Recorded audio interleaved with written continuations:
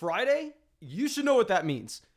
It's time to party. And how we party here is we are going to go through and probably do the most fun thing that God has ever given this earth.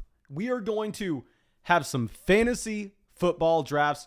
You better believe it. And yes, I know it's early. I know the season doesn't start for a while. You should have noticed by now that we are drafting every single day here. We can hop in one of these in just 1 second. Now, let me know if y'all are going to want to hop into the Best Ball Mania drafts or if we're going to do some puppy drafts today. What I would say is if you are a new drafter to Underdog Fantasy, I would definitely advise going and getting in the $5 drafts. These are going to be very similar to Best Ball Mania in that first place gets paid, second place gets paid. But on top of that, they set a small percentage of every league pot to go to that massive prize pool for the fantasy football playoffs. So if you make the fantasy football playoffs, which will be every first place and second place team in your 12-team league, then you are qualified. And crazy money, $75,000 to first, $40,000 for second. So no, it's not as big as what you have with Best Ball Mania, where they have $2 million to first, $1 million to second, and so on. But it's only a $5 buy-in, and we're going to hop in here right now. And there have been over 10,000 entries already in this contest. This contest started off yesterday. It started yesterday, and they have already launched 10,000.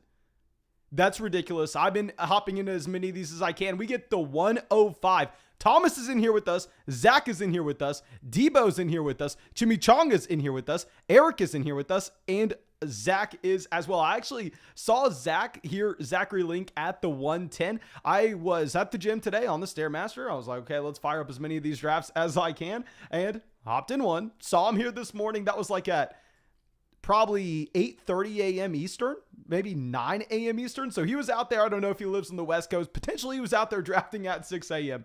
But it's going to be a lot of fun. Thank you for everybody coming out. Yeah, I saw that y'all said puppy in the chat. So we're going to get some puppy drafts going. Hopefully we can get a lot of these going today. At the 105, I'm going to mix it up here.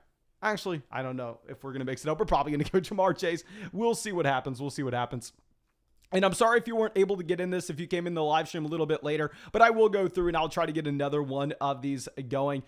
And let me know how many puppy drafts y'all been doing, because I got into a puppy draft and a Best Ball Mania at the same time this morning, and I entered into the Best Ball Mania draft, and there were only 2 spots left, and it honestly took like 5 minutes to fill, where these puppy drafts are filling boom, boom, boom, boom, boom. So I'm assuming the majority of people are actually doing these puppy drafts instead of Best Ball Mania. Okay, so Thomas on the clock.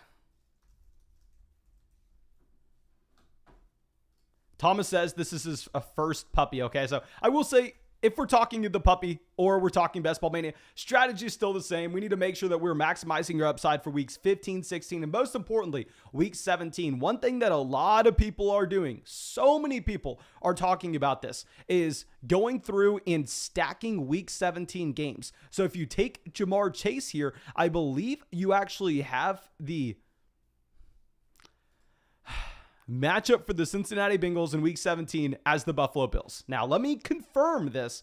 Let me look up week 17 NFL 2022. But once you take Chase here at the 105, the majority of drafters are saying, hell, what we need to do is we need to try to build that game stack around Cincinnati Buffalo, because if you get to that final week and you want to be able to win out of, there's like 100 people in that contest that 1 week. And if you want to win the $2 million for Best Ball Mania, if you want to win the $75,000 for the puppy, obviously your odds are tiny. So we need to have every edge that we can. And a lot of people are saying, hell, if you take Chase here at the 105, you really need to make sure that you're grabbing T. Higgins in the second and then Josh Allen in the third. Now, I'm not necessarily guaranteeing that I'm going to do it, but if I do take Josh Allen in the third, understand why. I think you almost have to take him every team that you draft. Jamar Chase here at the 105 now.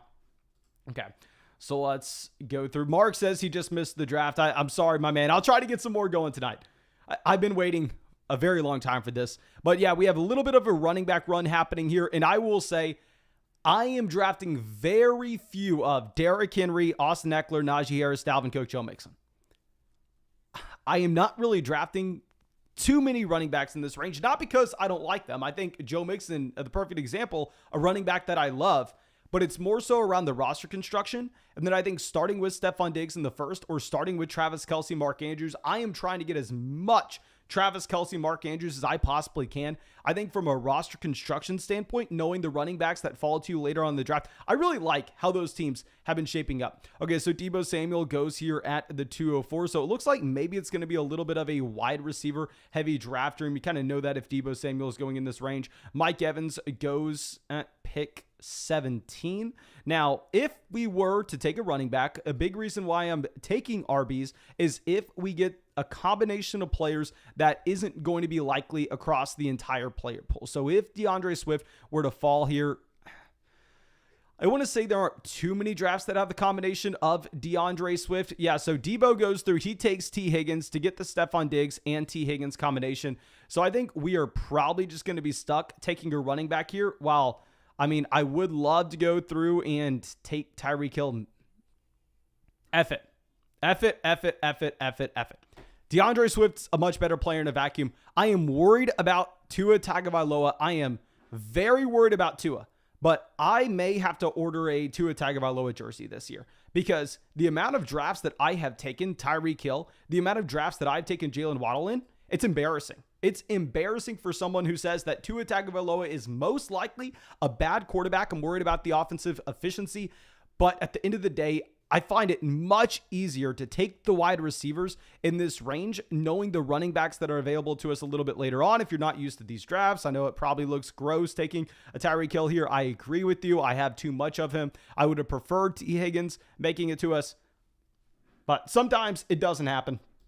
And JN says, like the video for good luck in your drafts. Yes, sir. Like the video for good luck in your drafts. That way in your draft, you actually have T. Higgins making it back to you at the 208 and you're not getting sniped as we were in ours. And also, if you want good luck in your drafts, the first thing you have to do is get in these drafts. Go have some fun in your life. Go start partying on Friday nights in fantasy football drafts. Go get in a party on Saturday morning where I guarantee you I'm going to be sitting in these draft rooms as well. And if you go sign up for Underdog Fantasy and you use promo code FLOCK, there you can get into drafts with us in the live stream, go get them in the public lobby, go draft with your friends, have some fun, and they will also match your deposit dollar for dollar up to 100 with promo code FLOCK. You'll get my rankings, my dynasty rankings, my rookie rankings. You'll get our 2022 Dynasty Rookie Draft Guide, over 130 pages. They'll email it to you about an hour after you sign up with your welcome email. You just have to be on the lookout for it. Make sure you take advantage of that. And you have Saquon Barkley, AJ Brown going here. So let's pull this up.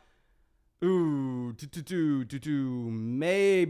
Nick Chubb goes. Okay, so we're going to take Josh Allen. Like I said, with Josh Allen, the reason we're taking him over Keenan Allen is specifically because that week 17 matchup that you were going to have between the Cincinnati Bengals and the Buffalo Bills. If we take Josh Allen here, we could potentially also go through and get Gabriel Davis. Now, I'm not going to be reaching on Gabriel Davis in the 5th, but if Gabriel Davis were to fall to us in the back half of the 6th round, which isn't happening in a lot of these drafts, I'll be the first person to admit it, we will take Allen. And I have been trying to get as many drafts as possible underway with the build 2-6-8-2. I want 2 quarterbacks, 6 running backs, 8 receivers, and 2 tight ends. I want to come away with an elite quarterback while we can. I want to come away with an elite tight end as well. Now, it's going to be hard in the range that we are drafting, but getting Josh Allen here, I'm very comfortable with only having to draft 2 quarterbacks now.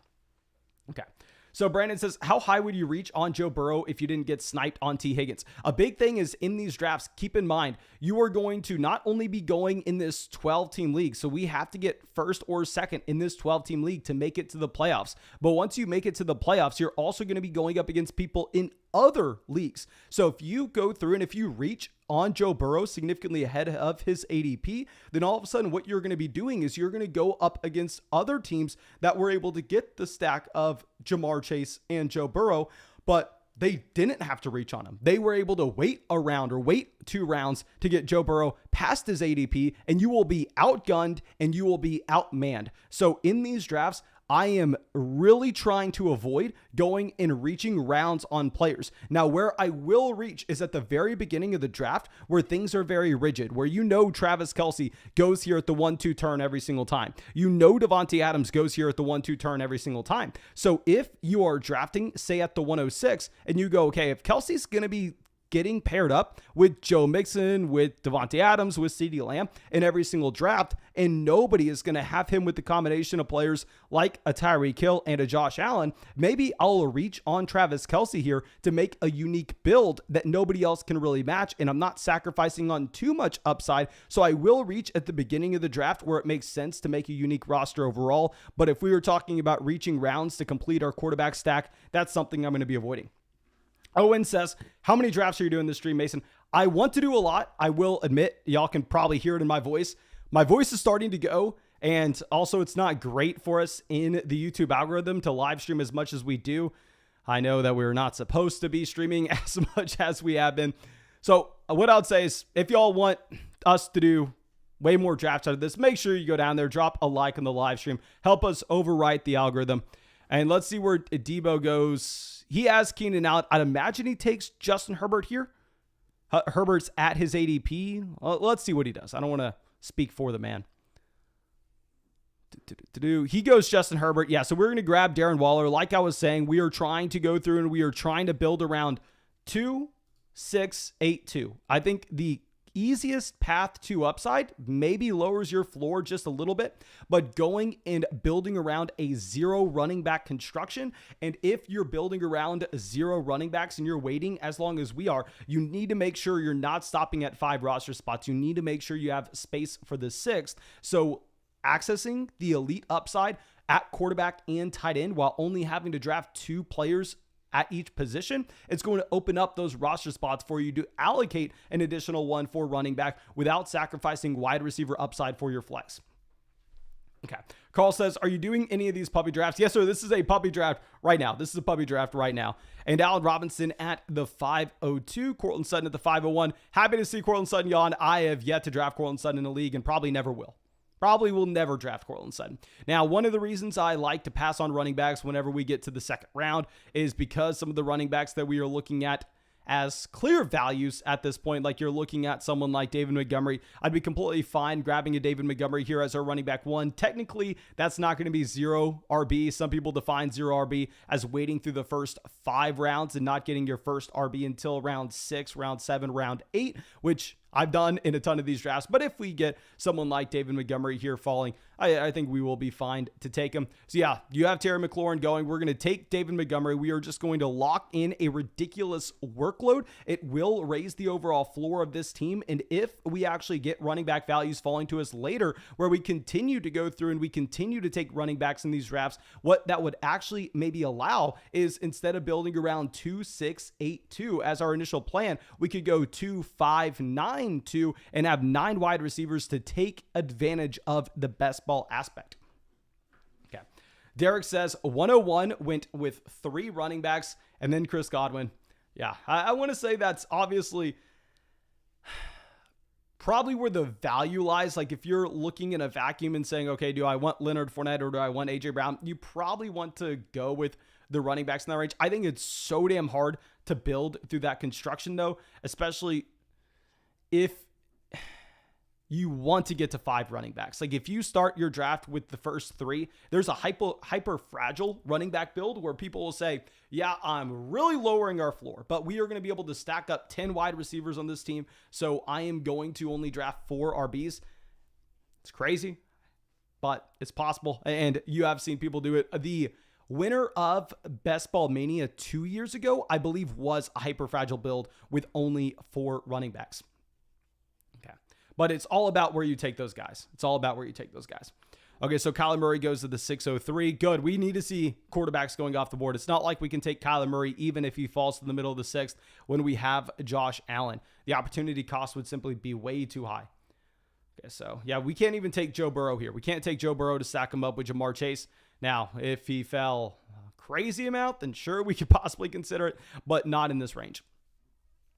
Okay, so Antonio Gibson has been a player that has been falling dramatically. I don't know if Debo would pass on Antonio Gibson if he does make it to him. He has Justin Herbert. I'm unsure if he would take Jalen Hurts, even if he was highest player according to ADP. So yeah, I'm going to be interested to see what he does here. Elijah Moore goes. He goes Joe Burrow. Really, really interesting. He goes Joe Burrow to stack up with T. Higgins. Honestly, I think that really helps us just because we have Allen. We want these quarterbacks to go off the board. So if he monopolizes both Herbert and Joe Burrow, I'm trying to figure out what we're doing here. We probably need to just continue to draft wide receiver. When we take Montgomery, I'm not going to be willing to just catch the falling knife in Antonio Gibson. But yeah, when he goes with the combination of Justin Herbert and Joe Burrow, it's great for us because now you're seeing other teams begin to push quarterbacks up the board like Russell Wilson, like Jalen Hurts going with our next two. And that's what we want selfishly when we have Josh Allen here. Okay. So Rodrigo says Elijah Mitchell over Antonio Gibson. I understand the thought process behind it. I'm having a hard time getting there, though. The issue with Elijah Mitchell is he just does not catch passes. Okay, so A.J. Dillon goes at the 6'11 to Zach. Very interesting to go A.J. Dillon over the combination of both Antonio Gibson and Elijah Mitchell. Derek says, you're welcome. Thank you, Derek, for coming out and soaking up those QBs. Oh, my gosh. Let's figure out where we are going to go. I honestly kind of enjoy being in two drafts at once compared to this, but the issue is I can't stream two drafts at once. Streaming two drafts at once is brutal. Okay, so stacks, I believe, yeah, I don't think they're a part of the flock. I don't think they're a part of the live stream, but I was going to say I definitely think they should go Brady. They don't have the elite level quarterback. I think quarterbacks will get pushed up the board in this draft, and they had Chris Godwin. We may get Gibson on the way back around. Now, I will say, if you look at Antonio Gibson's ADP of 61, it's not an actual ADP of Antonio Gibson. If you've been hopping into any of these drafts lately, you're seeing that Antonio Gibson is sliding down these consistently. I guarantee you tomorrow, his ADP will be lower than this. The next day, his ADP will be lower than this. Very few people are actually taking Antonio Gibson around pick 61, but I don't see him go this far. Like, I don't want to act like he's a bad pick at all. Like, I probably will take Antonio Gibson if he's available to us at the 705. Okay, Adam Thielen goes. So thank God we took Amon-Ra St. Brown. I honestly wasn't feeling too good about that selection. But yeah, here we are going to have to go with Antonio Gibson with pick 77. I think taking Antonio Gibson could give us the potential to possibly roster 9 wide receivers and only have to draft 5 RBs. But let's go through and let's recap our draft. We took Chase, Tyreek Hill with our first 2 picks. We got Josh Allen in the 3rd, specifically targeting the game stack that we are going to have with Cincinnati in week 17. Darren Waller in the 4th to try to accomplish our 2 quarterback, 2 tight end build, and then running back David Montgomery at the 505. I think it's fine value. You end up getting Derek taking Gabriel Davis at the 506. It was a pipe dream to ever think we were getting Gabriel Davis in the 6th round. Obviously, we would love to stack Gabriel Davis with Josh Allen, especially in that week 17 game environment, but hell, it didn't happen, and I don't want to go out of our way and reach on those stacks. Then we have Amon-Ra St. Brown at the 608. I felt uncomfortable with that Amon-Ra St. Brown pick. I didn't know if we should have gone with one of the running backs over him, but we were looking at the overall flow of this draft and that running back tier versus wide receiver. I was saying, hell, just give me one of the receivers. We already got David Montgomery. Happy that happened. Okay, so FFP says, would you trade Travis Etienne for Austin Eckler in Dynasty? Yes, if you're a contending roster, I would trade Travis Etienne for Austin Eckler, even in Dynasty. Okay, Mark says, Mason, you need a sniped emoji. I like that, my man. I like that. Okay, so Bobby says, better late than ever, looking good so far, Mason. Thank you, my man, for coming out to the live stream. Thank you so much for everybody coming and hanging out with me. I can't tell you how much fun I've been having doing these. I was surprised to know that so many people have been telling me how much they like these live streams. And you can kind of see that everybody has been dying for these underdog drafts, and that literally the puppy has been open for 1 day and there's been over 10,000 entries. In 24 hours, they went over 10,000 entries. And that's after already over 50,000 in Best Ball Mania. Like, dear God, I'm having fun with this, and I knew I was going to have this much fun. I didn't know everybody else was going to have this much fun with it, though. I knew I was a fantasy football addict. That's been clear as day for a long time now, but okay. So Matthew Stafford, Dak Prescott goes at the 803. Zach took Dak Prescott when he had both CeeDee Lamb and Ezekiel Elliott. That's very interesting. Okay, so now we are going to be on the clock at pick 92. If we're looking at the teams behind us, I don't necessarily know if we can project exactly what they're going to do, but I think we are about to see a teardrop at wide receiver. So I'm going to go through and grab a wide receiver here. I think you're probably going to get one of these teams taking Dallas Goedert.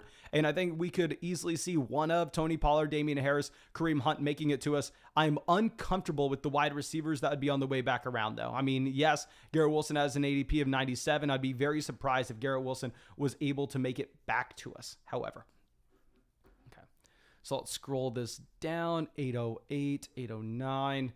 Let me know what y'all think of that Chris Olave selection. Thomas goes, Christian Watson here. Then you have Garrett Wilson going off. Okay, so now that we see these wide receivers going, I don't need to hear your opinion. I think we made the right call going with the receiver despite what ADP said. Then you have Kadarius Toney, Marquez Valdez-Scantling, Trey Lance. Love to see Trey Lance off the board. Allen Lazard. Ooh. We are going to get some running back value falling to us. Tony Pollard goes. It's painful. It's painful to think about taking Damian Harris over Kareem Hunt. Kareem Hunt is one of my most drafted players so far because I've been going with a ton of 0 running back builds.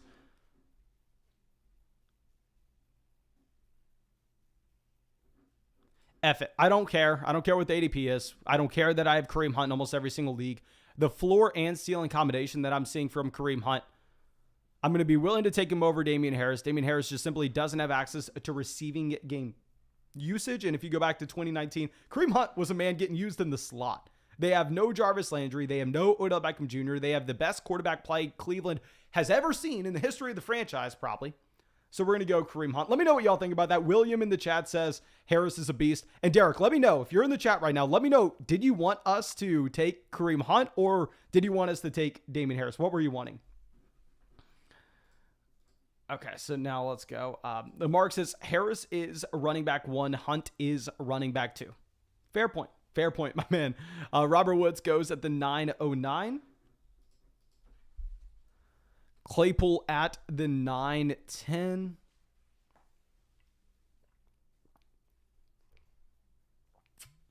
High Society says Ontario blows. Okay, so are you confident? Like, have you had confirmation from Underdog that Ontario can't play Underdog, but everywhere else in Canada can? Because I know a lot of drafters from Canada are in these Underdog drafts.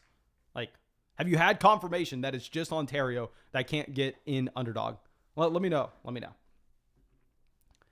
Jan says, was unsure if you saw my last comment. Started my draft off with Cup, Hill, Waddle at the 103. First, Tyreek share. I have way too much Tyreek Hill. Like, I have Jalen Waddle is one of my most drafted players, and it's gross. I'm not too excited about it, but the thing is, Michael Pittman's going ahead of him, and I will never take Michael Pittman ahead of Jalen Waddle. So just by default, when I'm trying to grab as many wide receivers as I can in that range, and the wide receivers that I'm looking at are essentially, do I want Jalen Waddle or Michael Pittman? I'm going Jalen Waddle legitimately every single time. I know we're supposed to diversify. I get it, but no, I'm not. Okay, so we have someone asking, has Juju been drafted already? Oh, yeah, Juju goes way earlier. Juju Smith-Schuster, Thomas took him at the 503. And that's kind of where his ADP is. He's going at the beginning to the middle of the 5th round in almost every single one of these drafts. Rondale Moore goes to the 1003. Aaron Rodgers at the 1004. Watson goes after. Okay, keep taking these quarterbacks. Keep taking these QBs. We have Josh Allen. We're sitting pretty. Okay, so there are 3 players I really want. 3 names I'd be perfectly fine with. Ooh, I think we could set something up real interesting. Okay, Jameson Williams goes. I would have taken Jameson Williams if he made it to us so we could get the double stack with Amon-Ra St. Brown and take Jared Goff at the very end of this draft. Now that's no longer going to be an option. There's no way in hell I'm taking these receivers over the running backs in this range. It would never even cross my mind. And I like me some Chase Edmonds. But looking at Melvin Gordon's usage in Denver over the past 3 seasons, or past 2 seasons, Los Angeles the year before, I think Melvin Gordon, very similar to Kareem Hunt, is one of the best picks in drafts right now, in that he has a very high floor on a week-to-week basis. And also, if an injury occurred to the running back in front of him, he would have a league-breaking upside. So I'm going to go Kareem Hunt here. I'm going to go Melvin Gordon to pair up with Kareem Hunt. And now that we have these 4 running backs, I am honestly comfortable only drafting 5 RBs. I think we can go through and we can draft 9 wide receivers. The quality that we have at the very top of the wide receiver position outside of Jamar Chase and Tyreek Hill isn't the best, but if we can attack the position with 9, I think we're golden. Zach says, Mason sniping me for a change. How refreshing. I mean, Zach out here talking some smack on us. Talking some smack. Okay, so Mark says, I think people are undervaluing Tua Tagovailoa. He has huge potential. If you look at my exposures, Tua as well. Like, I am not a believer in Tua Tagovailoa. If you look at his adjusted yards per pass, if you look at any efficiency metric for Tua Tagovailoa through the first 2 years of his NFL career, he has been a bad quarterback. Now, with that being said, I did not plan for it, but I have so much Tua Tagovailoa in these drafts. He is one of my most drafted quarterbacks. As painful as it is for me to say, but it's because I find myself drafting a lot of Jalen Waddle, and I find myself drafting a lot of Tyreek Hill. And I'm like, okay, hell, we have an elite level quarterback. Tua is a fine number 2. We're going to draft him, just be done with the position. So it's more so for the stack. Oh, but it's not exciting. It's not exciting. Okay. So Thomas on the clock. Thomas is a very balanced build. He's also gone elite quarterback and elite tight end as well. He has a stack with A.J. Brown and Jalen Hurts. He goes Rashad White for his 4th running back here. Jim Goober, let's see what he does. He goes Kirk Cousins. Speaking of Tua, I don't want to go down that rabbit hole right now. Let's just figure out who we're taking. Do we want Ramondre Stevenson? No, we're not going to take Ramondre Stevenson right now. Instead, we're going to take a wide receiver. I think Ramondre Stevenson's better than Tim Patrick in a vacuum, but when we've taken only 4 receivers up into this point, we can't continue to draft RBs, even if I think Ramondre Stevenson's the value there. From a roster construction standpoint, we just have to go ahead and take Tim Patrick. I've drafted a lot of Tim Patrick as well. I really like me some KJ Hamler, but I overall want to be betting on both Tim Patrick and KJ Hamler, as I'm not nearly as confident as the rest of the market that Courtland Sutton is right there with Jerry Jeudy in this offense. I think it's honestly Jerry Jeudy wide receiver 1, then the pretty far drop down, Courtland Sutton wide receiver 2, then Tim Patrick, KJ Hamler wide receiver 3 and 4. Like, I don't think the gap between those secondary wide receivers and Sutton is as large as people are projecting it out to be. Okay. So Caden says, how's the 112? Love what you just did with the Ramondre Stevenson and Isaiah Spiller on the turn. I mean, that's fantastic. If we go through, look at the rest of the draft, I'll scroll it up for anybody who's just now coming in. Love what you did with Travis Kelce at the 1-2 turn. I've been trying to get Kelce really in every draft I can. You also go and get the stack with Patrick Mahomes. Wide receiver, you hammer 4 in a row with Deontay Johnson, Darnell Mooney, Drake London, Hunter Renfrow. You get the double stack with Clyde Edwards-Helaire to bring in with that Travis Kelce, Patrick Mahomes pair, Michael Gallup, Tyler Boyd. Yeah, that's a fantastic team, my man. I love that team. Yeah, that's a great roster. Okay, so let's scroll this back over. Irv Smith Jr., Mike Gesicki, Justin Fields, all off the board. Like seeing those quarterbacks go. We have Josh Allen. We need to see those QBs off. Okay, so let's see what Derek has done so far. Derek also went with a 0 running back build. He's gone and he's built around that week 17 game. He's built around Cincinnati and Buffalo, but he's actually done it through Joe Burrow and then the Buffalo skill positional players, which is 100% something you can do and probably should do. Really like that. And here, I don't think we have too much to think about. We are going to be going with Jamison Crowder. We have Josh Allen. We need to go through and bring in the stack when we can. We need to continue to soak up these wide receivers. There are a couple of running backs in this range that I'm fine with if they make it back to us, whereas we have no shot if we pass on Jamison Crowder. Jamison Crowder is not that exciting. He should play a decent amount of snaps in Buffalo, which will be one of the best offenses in the NFL this upcoming season. We have Josh Allen. We don't have a single other player on the Buffalo Bills roster right now. So we kind of want to find at least one stack where we can, and we get Jamison Crowder essentially at his ADP.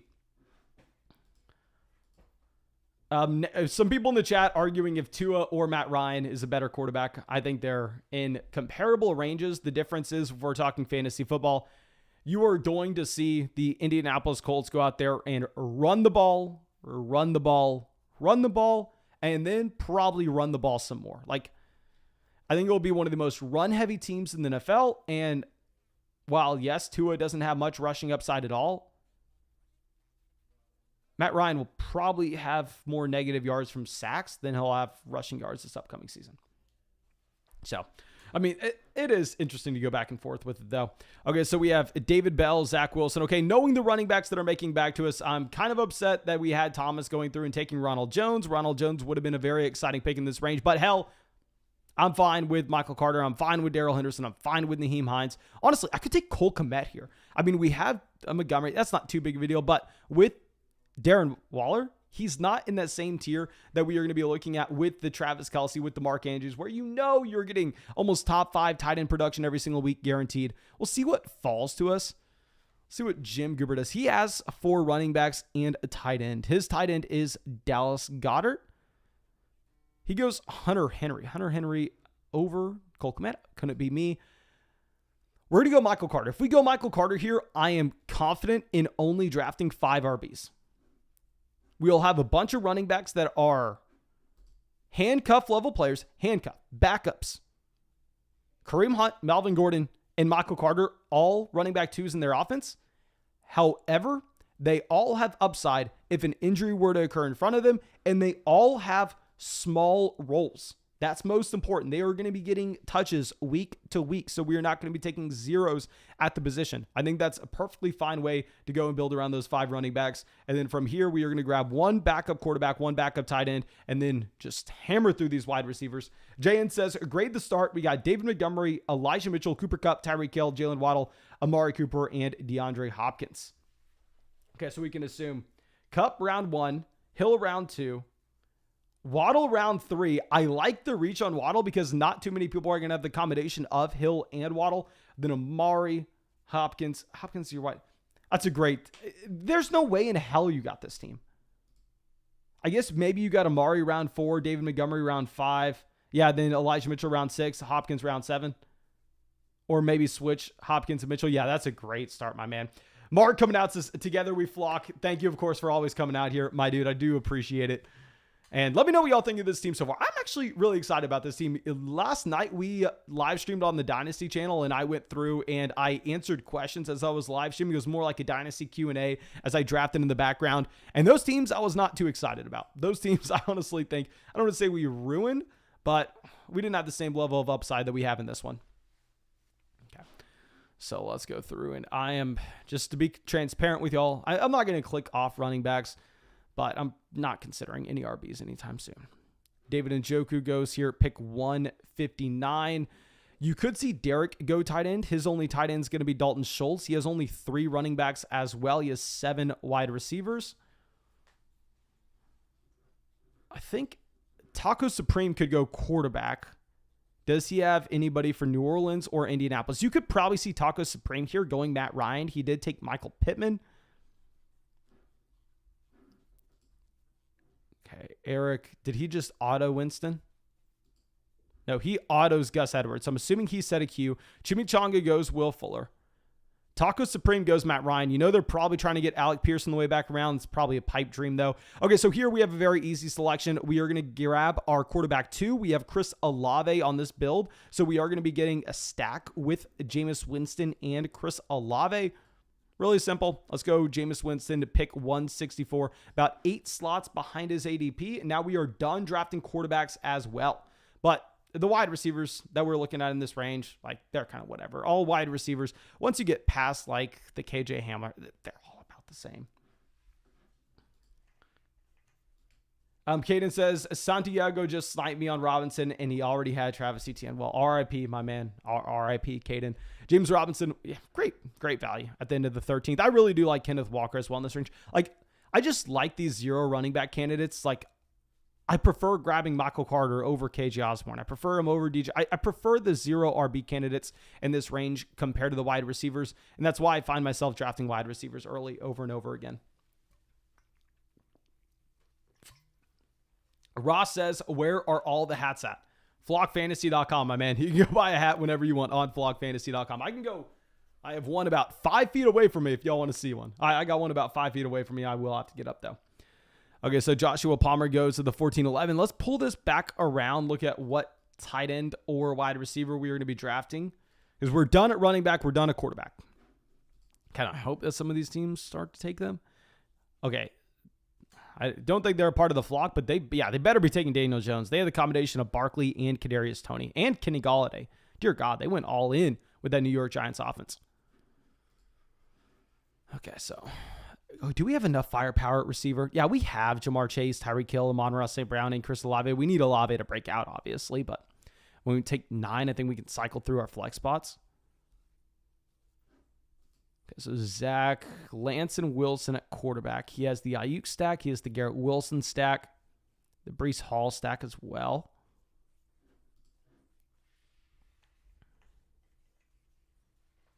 Tyrion Davis-Price, 1502.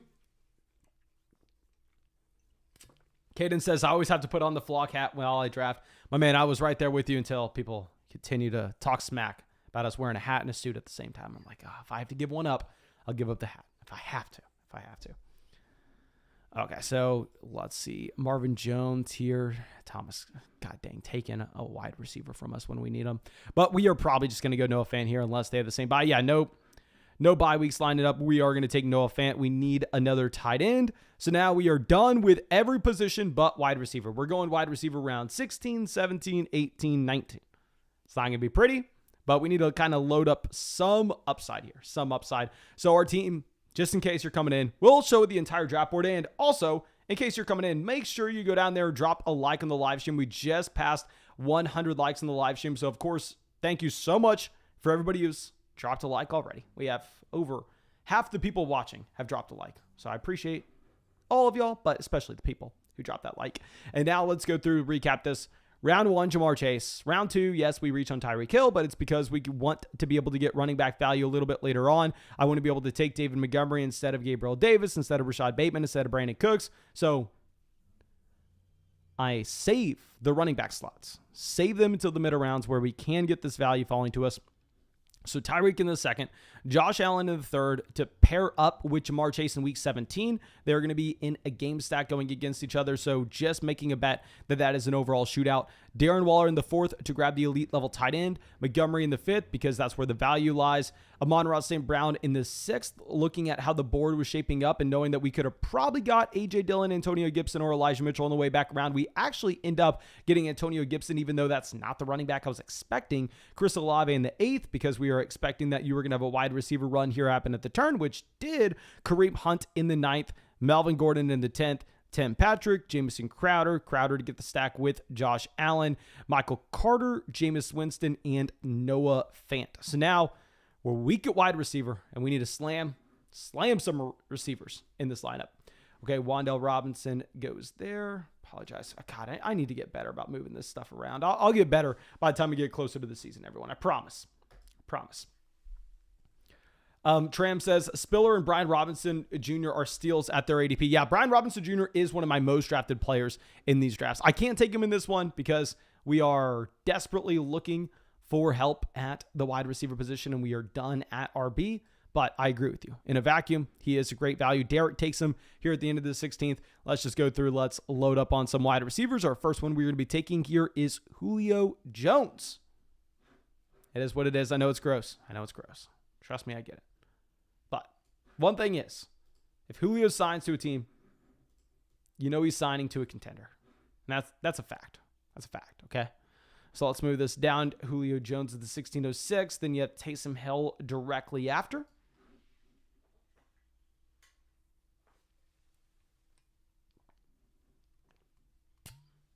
Okay, Santiago asking how his draft is looking at the 111. His first draft, my man. Your first draft on the live stream, of course, welcome. I hope we get to draft with you all offseason. We're going to be doing these every single day, so please make it out. Devontae Adams in the first, Mark Andrews in the second. Love the Andrews pick. I literally would have taken... I honestly think I've come to the point where I'm taking Kelsey in the first. I'm taking Kelsey in the first almost over any player after this top 7. Then Andrews in the second, love it. Mike Williams in the third. Very rarely are you getting Mike Williams actually falling to the 3-4 turn now. Usually he's going in this range around Michael Pittman and Jalen Waddle. Hollywood Brown in the fourth. I really like the Hollywood selection because in a lot of drafts, you're actually able to get Kyler Murray making it to you at this turn, but you somehow get Lamar Jackson to make it where you... Yeah, man, this is a perfect draft. I don't know what to tell you. Derek Carr in the 9th, I probably wouldn't have done.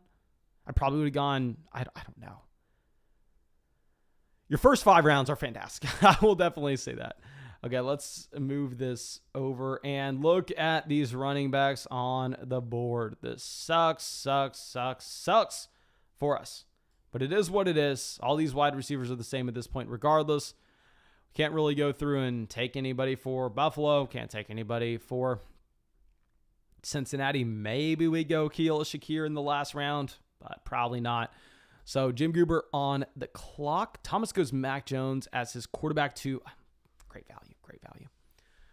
Okay, so let's see where this goes. And what I'm going to hope for is I'm going to try to be selfish. We are probably going to enter either the Puppy or Best Ball Mania after this. I'll show y'all when we enter, just to be fair.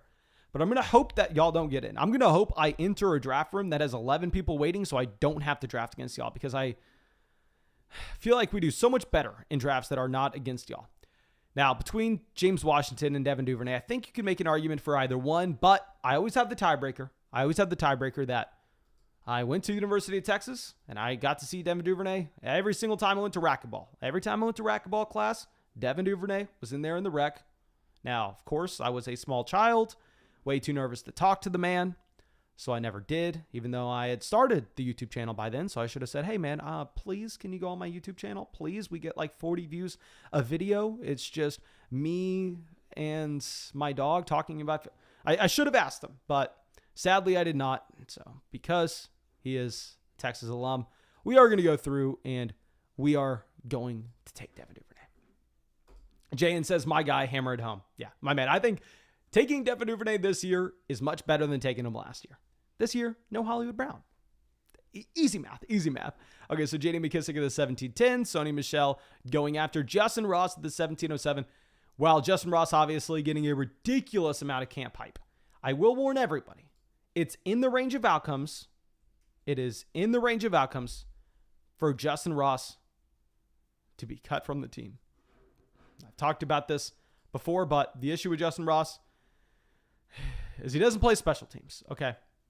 But let me go through and show this draft board off real quick before I go through and make our last pick, because once I make our last pick, we're bouncing from this draft and we're hopping into a new one. And usually we say if we get 150 likes on the live stream, we'll get a second draft going, and that's an easy way for us to get 150 likes on the live stream real quick. But instead, I'm not going to beg you that way. I'm just going to beg you the good old-fashioned way and say, please, sir, please, if you have not dropped a like on the live stream, if you're enjoying this, make sure you do so. And let's go and take our last wide receiver here. Caden, just to be an ass, goes and snipes us from Keel Shakir. It is what it is. Life goes on. So now if we're looking at a wide receiver that we are going to be taking that not everybody else is at the same time, so we have a little bit, just a tiny bit of a unique build. That guy would have been Marquez Callaway before Jarvis Landry signed, but now instead we can go Tyquan Thornton, a very low probability player of ever making an impact. With Thornton, what you do know is he is essentially a field stretching option. He's a speedster, and with that speed, probably going to get him on the field, and he's never going to command a ton of volume, but for best ball, he could be valuable, and in best ball, you could have the random long touchdown that we're looking for in week 18. Okay, now, spam the chat right now. Let me know if you want us to go into Best Ball Mania or if you want us to do a puppy draft. Best Ball Mania is the $25 draft that has $2 million to first. And of course, yes, your first place team, your second place team, and your 12-team league gets paid. But look how many entrants there are, 451,000. So all you have to do is take a small percentage of every league pot, set it aside, and then you can offer some crazy prizes here, crazy prizes. So you have $2 million to first, $1 million to second, also $1 million to the most points in the regular season across all entries. Puppy is going to be a little bit smaller. You have a $5 buy-in, 75,000. Okay, so we have Puppy, Best Ball Mania, Puppy, Best Ball Mania, Puppy. Okay, so we are going to go and we are going to hop in this puppy draft. Now, hopefully it's already almost full. Okay, only 4 spots open. I only have to go up against 4 of you psychos. Okay, so that is going to be good for us. Let's move this down. Where are we drafting? Come on, give us something good. The 112. Love me some 112 action. We have to go up against Derek in this draft. We have to go up against Caden in this draft. Let's see if we have to go up against Zach in this draft, drafting at the 111. I wonder if Stacks Aldana, they were in our last draft. I wonder if they are a part of the flock. I wonder if they are in this live stream. Okay. Interesting.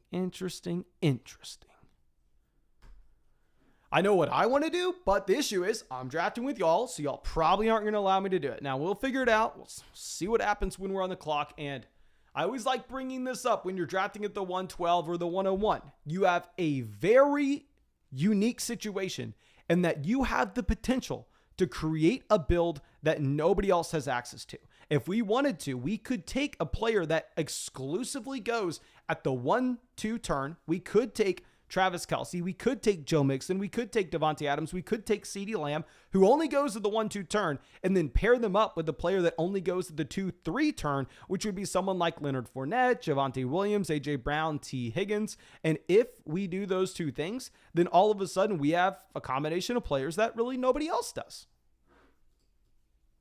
So if we reach on someone, understand why. I probably won't do it because we're on a live stream, but I'm more so saying if you see us in the public lobby.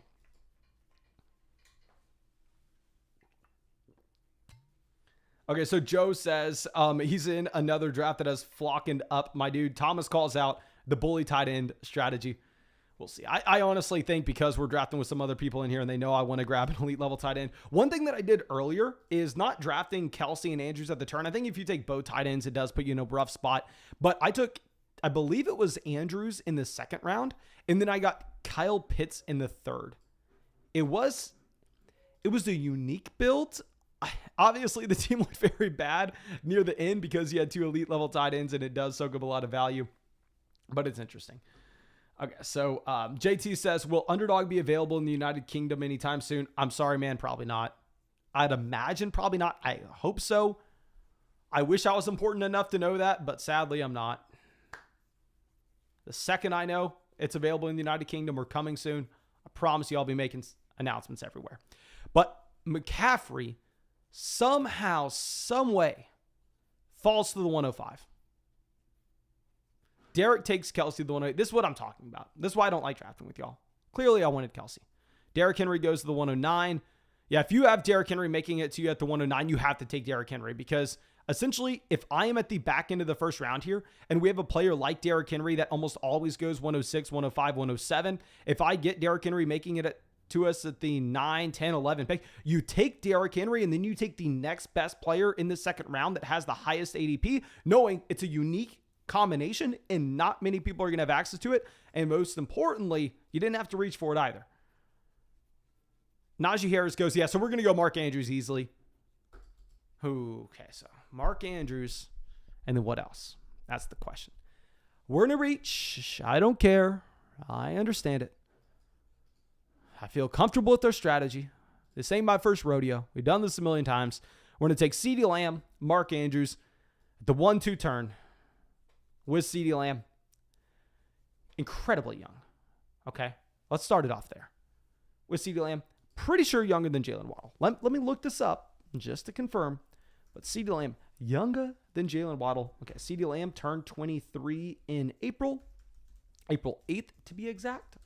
Jalen Waddle turned 23 in November. Yeah, so he's over half a year younger than Jalen Waddle. And he's disappointed in fantasy over the past two seasons, but now there's no Amari Cooper, okay? No Amari Cooper. And on top of that, no Cedric Wilson. And on top of that, Michael Gallup's going to miss a ton of time. So hell, give me CeeDee Lamb. Caden says, am I the only one that loves Debo? I'm fine with Debo if you're not taking him over Dalvin. I think taking Debo over Dalvin is where I have to draw the line. I don't know if I can do that. I don't know if I can do it. Kingo says, Underdog not available in Germany. Hurts so bad. I'm sorry, my man. Like I said, Underdog is 100% regulated. Like, trust me, I've had a lot of like crypto sports books or crap reach out to me and go, oh, let me average. No, I'm not bringing your trash on. No, but Underdog Fantasy, 100% regulated. So it has to be allowed by Germany, has to be allowed by the United Kingdom. And clearly, you got to jump through a lot of hoops. I think Underdog is like 3 or 4 years old at this point. I don't think they've been able to jump through all those hoops just yet. Mind Trick says, I in a draft with Kickers Lives Matter, LOL. Julia says, this is redraft, right? Yeah, this is best ball. So real quick, let me do this again. We have to do it often. If you haven't signed up for Underdog Fantasy, fix your life. Go sign up, use promo code FLOCK. When you sign up and you use promo code FLOCK, they'll match your first deposit dollar for dollar up to $200. More importantly, you'll get our rankings, you'll get our dynasty rankings, you'll get our rookie rankings. More importantly, you'll have some fun getting the drafts with us on the stream, getting the drafts with your friends in the public lobby, yada, yada, yada. But it's best ball. So we are able to draft. I'm legitimately, based on how we started these drafts early, I'm probably going to draft 300 teams this offseason.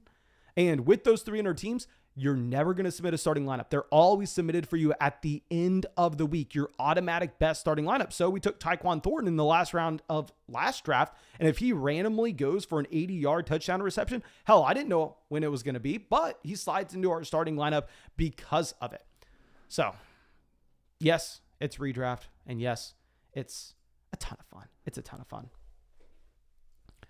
Okay. So let's get that out there. And we have Aaron Jones going at the 211. Drap on the clock. A very experienced drafter. Let's see what the man does. Let's see what he does. He went Jonathan Taylor at the 101. Chubb at the 212. Chubb would have been the highest graded player according to ADP. I think he has an ADP of 22.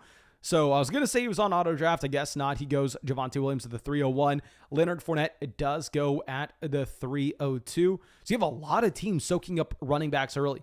It's going to be interesting because, we're getting out the big guns. We're loading them up. We're going 0 RB. We're going for the 2682. 2682. We need to come up with a phone number or something along those lines. We need to come up with something we can use 2682 with. But Swanberg goes out there and copies our last start. He goes Chase, Tyreek Hill, and Josh Allen through the first three. We did it from the 105. He did it from the 104. Hawkop says, I'm on Yahoo, but considering jumping chips. My man, sign up for Underdog Fantasy. See if you like it. Go sign up. Go hop into some $5 puppy drafts.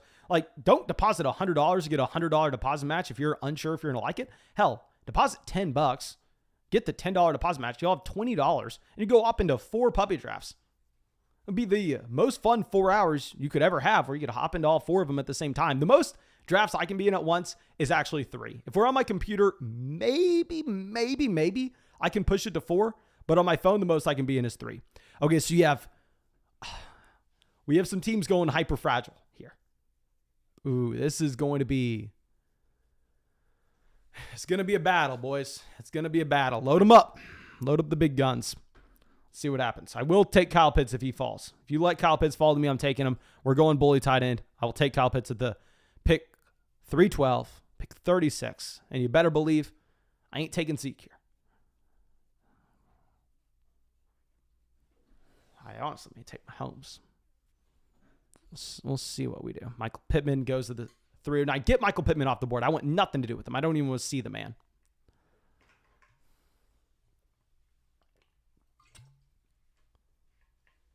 Okay, Mike Williams goes to the 910. It looks like we're maybe getting Kyle Pitts. Maybe y'all called my bluff, but good thing we weren't bluffing. We are going to go Kyle Pitts. We are going to go with the bully tight end strat. Now, yes, if we're talking expected value, if we're talking pure EV, it's probably not a good call to take Kyle Pitts here when we already have Mark Andrews. But you also have to bake into account the fact that we are building a unique roster, and very rarely are you going to be seeing the combination of Mark Andrews and Kyle Pitts on the same team. And also, maybe we can battle back the 0 RB bros. Maybe we can say, if you're trying to make us take running backs, hell, let's try to make you take some tight ends. Let's see how this works out. Let's see who has to throw in the towel, call chicken, and lose this fight. I'm telling you, it ain't going to beat me. I'm telling you, it's not going to beat me. Breece Hall goes to the 402. Zach, what are you doing here, my man? You're throwing in the towel for us? Darren Waller at the 403. Okay. Need some of these tight ends coming off. Needs some of these tight ends coming off. Thomas says, I've done over 50 drafts and I do not have a share of Pittman. I'm probably closing in on about 50 drafts, and I'll tell you, I don't think I have a share of Pittman. Actually, no, I have one because he fell to the middle of the 4th. And I was saying if I was ever going to draft Pittman, it would be in the middle of the 4th instead of the middle of the 3rd. So, oh my God, Derek. Look at what Derek has done in this draft. He goes through and starts Kelsey, Evans, Hollywood, and Mahomes. I had a draft.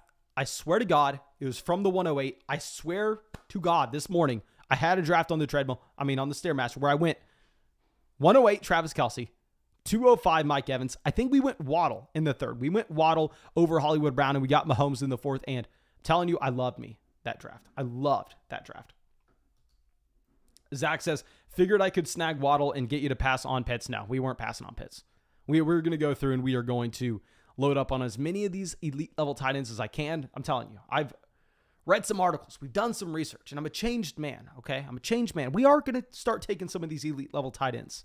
Now, we're not going to take 2 of them in every draft, but also we're not going to get Mark Andrews falling to us at the 312 in every draft, and I guess we'll go with the unique team.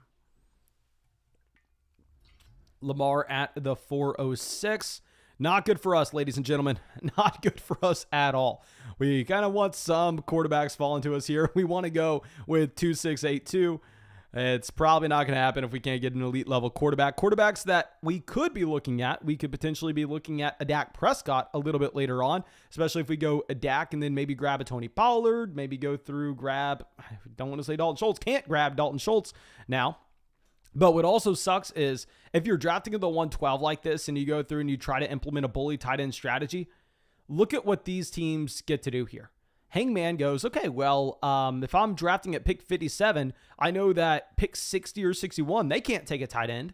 Zach at the 111, who's in the chat right now, but he clearly knows this, so it doesn't matter if I say it out loud. If he's sitting here at pick 59, he goes, hell, I want to grab a tight end. Well, I know Mason literally cannot take a tight end at pick 60 or 61, so I'll just take whatever wide receiver. I'll take whatever running back he wants, and then we'll get the tight end making it back to us in the 6th round.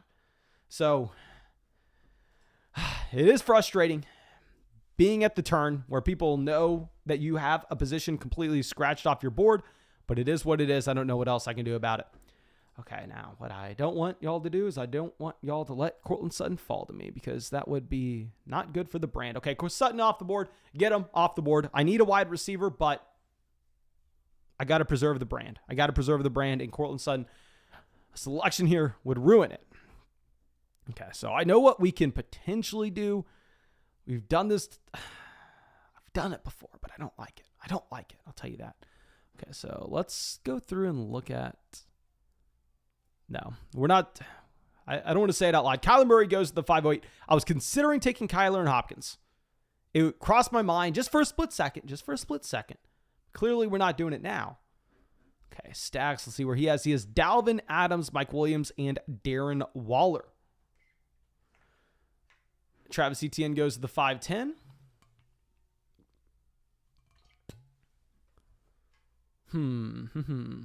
We're probably going to double dip. I'm sure y'all know what position we're going after, but we're going to double dip with that position. Zach goes Bateman. Yeah, we're going to go Brandon Cooks and Michael Thomas. I know we don't have a running back. I know a lot of people probably want this pick to be Josh Jacobs. You know what?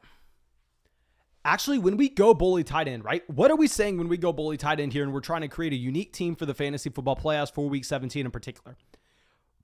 We are saying that we need both Mark Andrews and Kyle Pitts in the starting lineup. We are saying that our flex spot is already covered. So for us to go through and for us to hammer wide receiver that hard probably wouldn't be the best play in the world. So we will take Brandon Cooks. Maybe we should have taken Michael. It doesn't really matter. They're in the same tier. And instead of going through and grabbing another wide receiver, because we are already making a bet that we have our flex spot covered, we'll take Jacobs. We'll take Jacobs and use that as a tiebreaker, even though I wanted to double dip with receiver. But Kyle says, Cam Akers is falling big time in the other draft I'm in right now. Let me know, how far is Cam Akers falling down? Let me know. I've seen Akers fall to about the 405, 406. I don't know if I've seen him further than that. Okay, so Darnell Mooney goes at the 602 ahead of Michael Thomas. Not gonna fight anybody with it. Joe says he went pick 55. 55 is in the middle of the 5th. How is that possible? How do you not? Like, if I was sitting there with Jonathan Taylor and I'd go, okay, so Cam Akers has an ADP of 36. He's always at the 3-4 turn. I can get him here with the Jonathan Taylor team and have a unique build. I'm taking Cam Akers every single time. That would be so damn easy.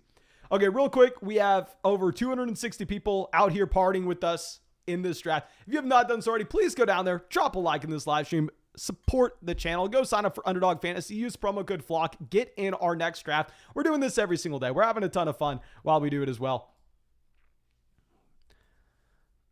Okay, so let's see. Jalen Hurts fly off the board, and dear God. While we're going bully tight end here, Derek and Tenacious Teabagger is out here hoarding the quarterback position when we don't have one. This is not good for us. It's pretty bad. Someone says Gibson's fallen big in this draft. Gibson, I actually got at the beginning of the 7th in the last draft. I got him at the 704 or 5. I got him at 705 in the last draft. Yeah, but to see a team go out there and grab both Lamar and Jalen Hurts, and then a team grab both Mahomes and Kyler, not good for us. Clearly, what we need is we need Dak Prescott to make it back to us. We have CeeDee Lamb for the Dak stack. We have Lamb for the Dak stack. That's what we're looking for. I'm not feeling confident with it right now, however. Okay, Amon-Ra St. Brown at the 6'11". Saxter says, love the content. Finally caught the live stream. Thank you, my man, for coming out to the stream. I do appreciate it. Okay, so let's slide this over. Treylon Burks on the board. Best player available at ADP. Not a massive value following by any means. Okay, so let's just go through and play this out in our mind. If we were to take Tom Brady, if we were to take Russell Wilson, we could still get the Russell Gage stack with Tom Brady, but there's a big but here. We cannot get Gronk with Russell Wilson. We could still get Tim Patrick. We could still get KJ Hamler, but there's a big but. We cannot get Alberto. I think we probably still would take the quarterbacks if they make it to us, but we're far ways away. We got 8 picks to go. Let me show you all the entire draft board if you are just now coming in and you want to see, oh God, what we have done so far. We go through, we take Kyle Pitts, he falls to the 3-4 turn. I know. It's looking scary. I agree with you. It is pretty scary. But we will see what happens. We'll see how it plays out. We'll see if we have a unique team that has upside. That's all I care about. Unique team with upside. Unique team with upside. You know, it'd be very unique if we grab Hawkinson here. Clearly a joke. We can't take Hawkinson. We can't take Hawkinson. Maybe if it was like Kittle who fell to the 7-8 turn, we could take a third tight end with Kittle. But no, we can't take a third. Which sucks because these other teams know that as well. Now, these other teams, you have 0, 0, 1, 0, 1, 0 tight ends. So possibly they still go Hawkinson, but we will see. Okay, so we know both these teams can't go quarterback. Tenacious Burger can't go with the quarterback. Derek can't go with the quarterback. He goes Sky Moore to get the stack with Patrick Mahomes. We could go Ayuk and get Lance later. Cordell Patterson is the running back one on so many of my teams. It's embarrassing. Okay, Ayuk goes. Okay, I guess that's out of the window. So we get either Brady or Dak.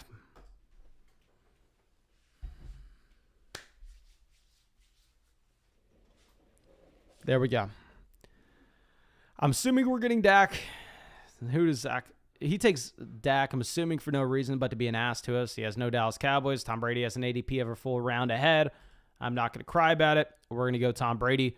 And then from here, what do we want? Do we just reach on Russell Gage for the stack? There's no shot Russell Gage would make it back to us.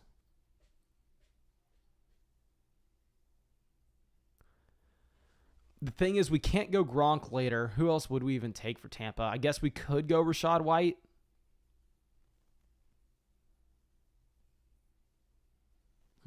We'll go Russell Gage. We'll reach for the stack. We're at the turn. I think we already have such a unique team with the combination of Tom Brady, who has an ADP of 75, making it to us at the 2-3 turn, when we also have the combination of Mark Andrews, Kyle Pitts. Not many people are going to be taking those players together. So, yeah, let's go through. Let's take Russell Gage. Let's just get a stack in here. Not overthink it. Not overthink it.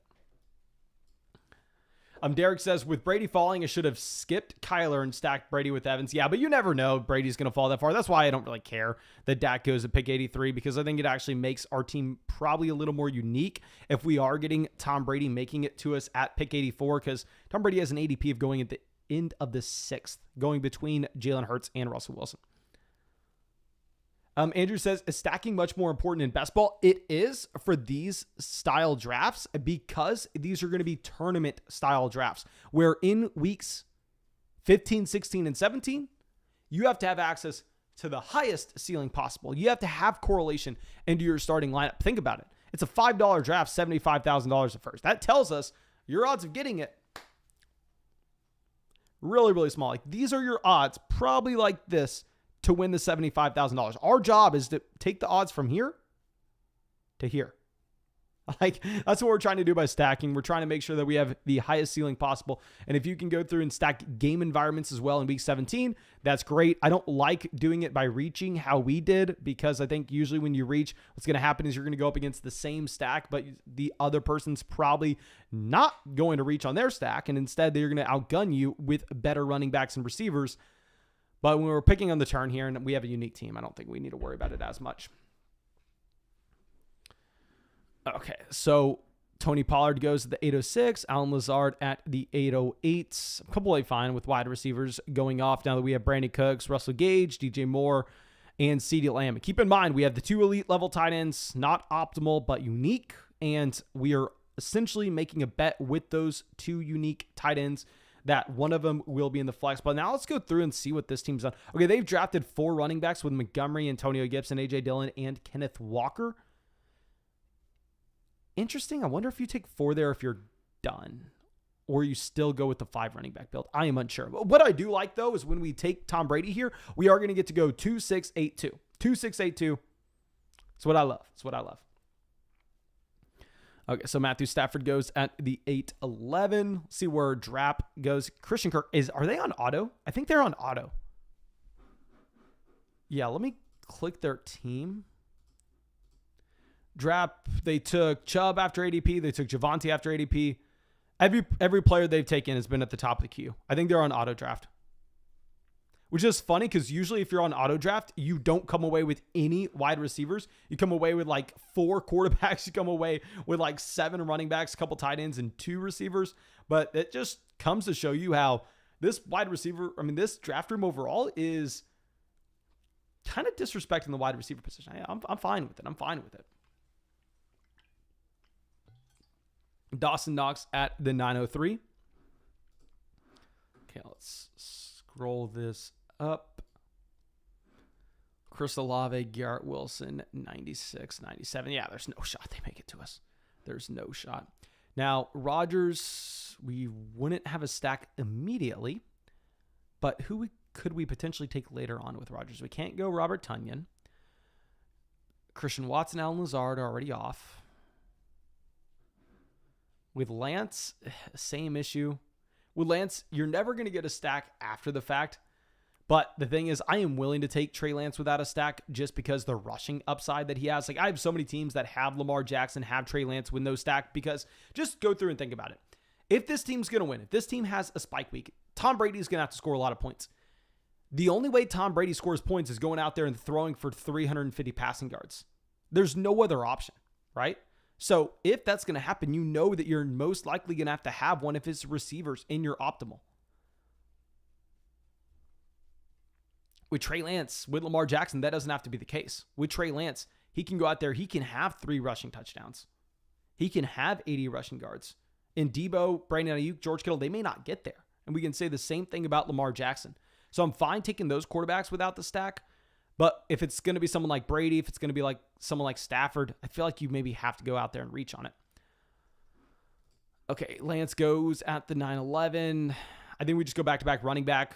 Very simple as well. Whenever we get the combination of Devin Singletary and James Cook falling to us, I like taking both running backs at once. This is something we did last year we had a draft that came very close to winning $100,000 last year. I've said this story a million times before. I'm not going to do it again. But in that draft, we went through and we took Ronald Jones and Leonard Fournette, and we took Devin Singletary and Zach Moss. And we're like, oh, okay, well, we monopolized some of the best offenses in the NFL, their entire backfields. Completely fine taking Singletary and James Cook here in this tournament format. Andrew says, definitely take Lance, but you got to get another running back. Dude, yeah, Lance didn't make it to us, and I can't go through and take Rodgers when we don't have access to a stack. Tyler Boyd goes at the 10:04.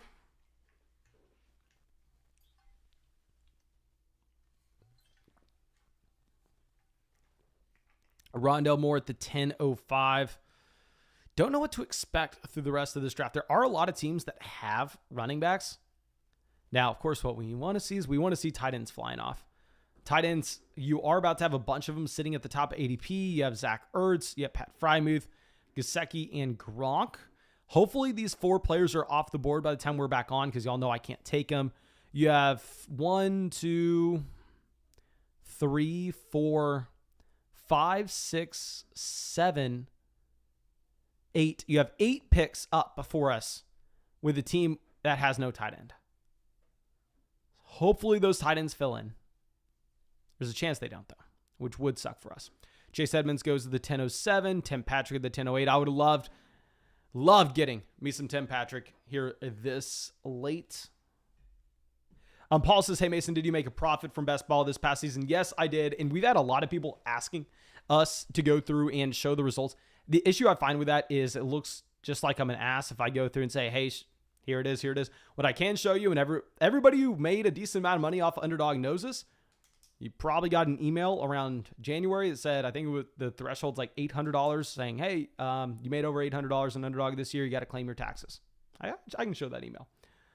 Okay, so the Pug NFL says, what Commanders players have been drafted? Oh, dear God, what just happened there? Zoom that out. Let's look this up. Washington, you've had Terry McLaurin and Antonio Gibson drafted. That's it. That is it for the Washington Commanders. Okay. Real quick, we are 12 picks away. What round? We're in round 11. What do you think is a fair goal to have to get another draft going after this? What is a fair goal to have? 250 likes? This live stream's had almost 1,400 views. This live stream's had 1,398 views. I think 250 likes is a fair goal to have. Obtainable, but not too easy for us to get another live stream, another draft going after this one if y'all would like. And dear God, we got a wide receiver run happening. Kenny Golladay, Van Jefferson go, and these tight ends are making it. Oh dear God, not good for us. Not good for us, to say the least.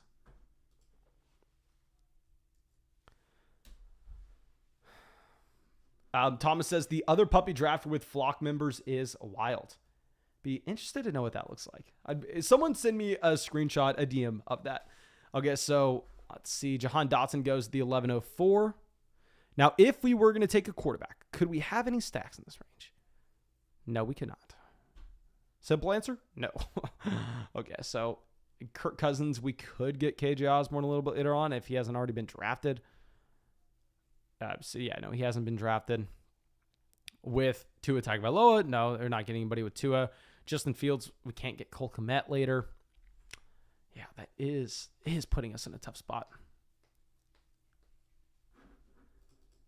Okay, Chandler, I believe that's how you say this. Up, they took Wilson. They just got Gesicki. But they have Wilson, Sutton for the Denver stack. Derek grabs Madison. I would have loved to have Madison making it to us. But it is what it is. Dameon Pierce gone. Yeah, so we're going to be looking at tight ends at the very top. We have Brady. Obviously, Gronk would be a beautiful pick in theory. And if I could go back into a time machine, yes, we would reverse one of the Kyle Pitts. We would reverse one of the Mark Andrews selections. So we could just go ahead and take Rob Gronkowski here. Trust me, I'm right there with you. I agree with you. I understand you. But sadly, I don't have access to a time machine. So we're probably going to be taking either Ronald Jones, Devontae Parker, Jarvis Landry. Zach goes Frymuth. So I'm assuming he wouldn't have taken Frymuth if he's not going to double dip on the tight end position on the turn here, since we already have one. So I think we go Rojo. If we take Carter, can we be done at 5 running backs?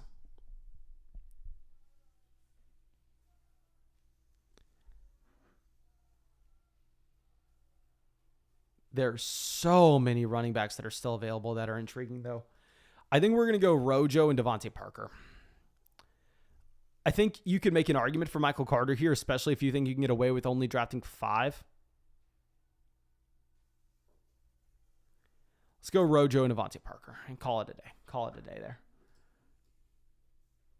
Thomas says, Njoku just got a massive contract. What does the David Njoku contract look like? Okay, let me pull up Twitter and search this real quick.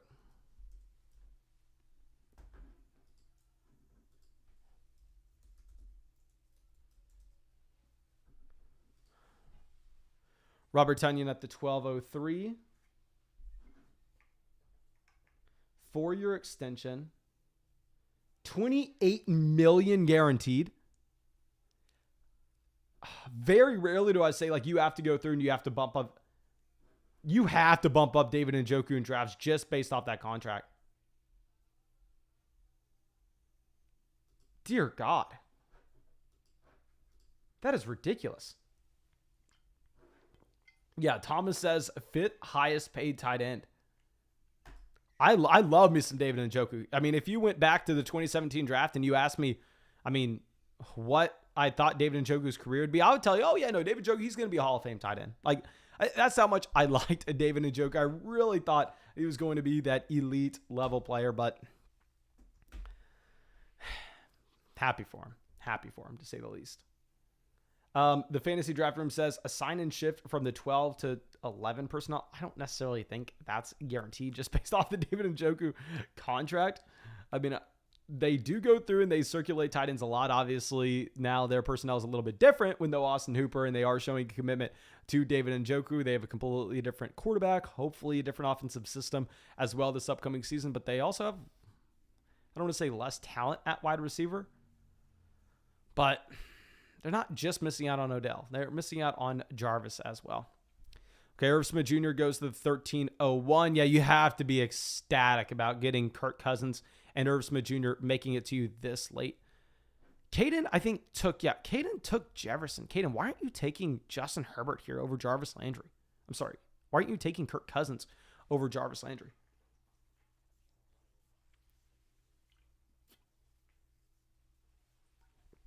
Okay, Piggins at the 1302. Okay, thank God we didn't take Michael Carter. I mean, clearly this draft room just doesn't value running backs. Okay, so if we were to look at quarterbacks coming back around to us, I don't even know who we could go with. Lawrence, we can't find any stacks with him later on. Say the same thing about Bell. Same thing about Wilson. Same thing about Winston. Oh, these pass catchers are already off the board. Maybe we could reach on Matt Ryan and Alec Pierce. 2 players I don't like. DJ Chark goes to pick 150. We'll see. Maybe we end up having to reach on Matt Ryan and Alec Pierce just to get the combo of them on. Because Matt Ryan's another example of a quarterback that if you are going to take him, you need to make sure that you have a pass catcher, because the only way he shows any upside in fantasy football whatsoever would be with passing volume. Okay, so I think y'all said you DM'd me on Twitter the draft board of the other draft. Let me pull this up. Hunter Henry goes to the 1309. Kenneth Gainwell, 1310.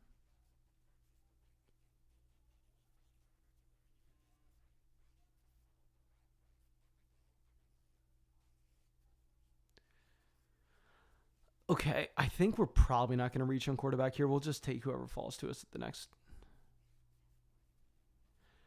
pick, because I do really want to get Darrell Henderson here. We're going to go Darrell Henderson, KJ Osborne. Just lock it in. We're wanting to go 2-6-8-2. 2-6-8-2 still. That's the plan. And I do not see a DM. Maybe you DM'd it on Instagram. Let's slide this back over. Alec Pierce goes directly after us. Yeah, I mean, if we were taking Matt Ryan, I would have gone Alec Pierce over KJ Osborne, but I'm not doing it without Matt Ryan. Okay, so yeah, I do see it on Instagram. Let me pull this up.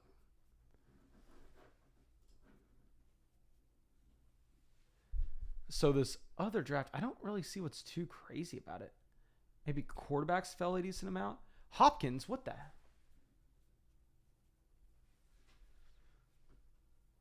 Okay, yeah, no, this draft board is pretty wild.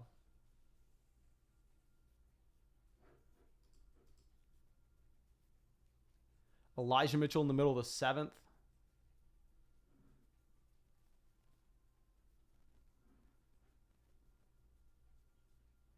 Interesting. Okay, so what has happened since here? We got Higbee going off the board. Come on, get some more tight ends off. Stop punishing me for making, I don't want to say a mistake, but in this draft room, it clearly was a mistake. In the other draft, it worked out kind of fine. Okay, so Thomas says 200 likes. Yes, like I said, if we get 250 likes in this live stream's had over 1,500 views. We will go through and get another draft going after this. We probably got about 10 minutes left to get there. About 10 minutes left. Matt Ryan goes to the 1408. John Mechie at the 1409. I would have liked Mechie making it back to us. The players that are best available. You still have David Njoku. Sounds like people in this draft have not realized David Njoku is now a top 5 tight end being in terms of his contract. Outside of that, Will Fuller. Will Fuller's off the board now. Maybe I don't know if we can stop at 5 RBs here. You know what? We can. If this is a puppy draft and we're just going for the highest ceiling possible. But the thing is, we also, with this team, if we just think through this, right? Our flex spot's covered.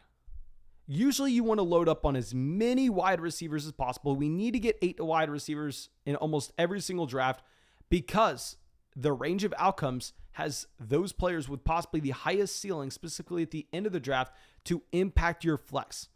But we took Andrews, we took Pitts. So the flex spot's taken care of. So maybe in this draft in particular, the correct build is not 2-6-8-2 or 2-5-9-2. Maybe we need to be less concerned about the flex and instead potentially go with 7 receivers. Now, we only have Lamb, Moore, Cooks, Gage, Parker, Osborne. I don't know if we can get away with that either. I am just so uncomfortable in this draft. Mainly because we took Kyle Pitts at 3-4 turn. I'm honestly going to do this again. Like, if Kyle Pitts falls to us at the 312, 401 again, I'll take Kyle Pitts at the 312 at the 401 again. I just need more practice with it, and I need to figure out how to optimize with the roster. Okay, so all these teams between us only have 6 wide receivers. Zach has 8.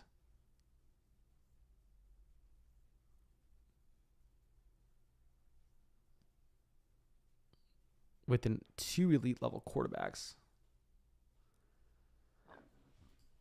Derek has 6 receivers. Derek has a great team as always. Double stack with Kyler. Gets Curtis Samuel as the next guy. Pick 180. Okay, Daniel Jones is available. We don't have any stacks with Daniel Jones. We can't get any stacks with Daniel Jones either. Actually, we can get Wan'Dale Robinson here if we want. So the question is, would we want Daniel Jones and Wan'Dale Robinson, or would we want to just take Mac Jones, already have the stack with Devontae Parker? We could go like Mac Jones and then a running back. Nico Collins goes to the 15-10.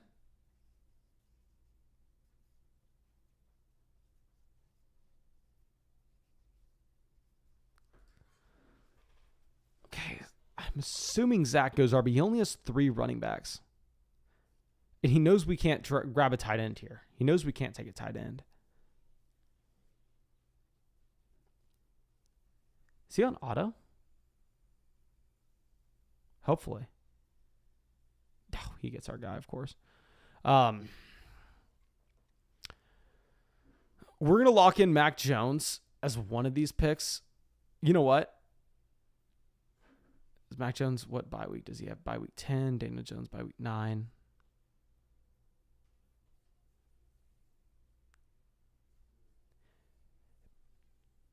Because we're not as worried about the flex spot here, because we have the 2 elite level tight ends and we are saying that our flex spot's covered no matter what, I don't think we have to go as deep at wide receiver.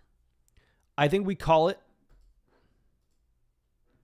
at 7 receivers instead in this draft, even though in almost every draft I'm trying to go through and build around 2, 6, 8, 2.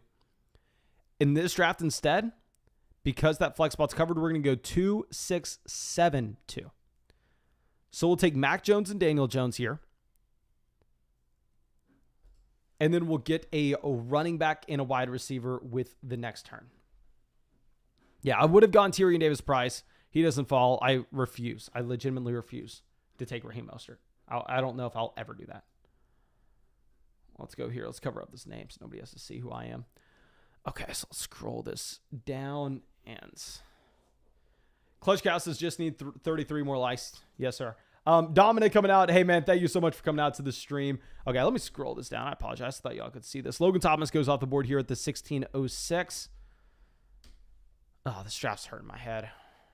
This draft is hurting my head. Caden says, do you think Mac Jones and Danny Dimes would ever outscore Brady? Not necessarily, but you do have to think of it through an entire range of outcomes. So what happens, Tom Brady goes down week 6. Somehow, some way, Tom Brady goes down week 6. And then all of a sudden, he misses the next 6 weeks. He doesn't come back till week 12. And every 2 quarterback team that took Tom Brady is essentially dead during that period, which, like I said, I'm mainly trying to draft 2 quarterbacks. I'm not talking down on the strategy, but you also have to hear the counterpoint and try to find where the value where it lies. But if we have Mac Jones and Daniel Jones, we're able to outlive that. And then by the time we make it to the tournament in weeks 15, 16, 17, if Brady has a couple spike weeks where he does go out there and throw 350 passing yards and multiple passing touchdowns, and we're one of the only teams in the tournament that has Brady, then we could get an edge that way. So there are a couple different ways to look at it.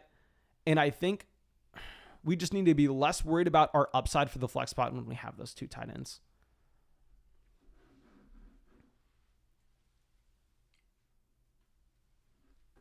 Okay, so Laviska Shenault at the 1610.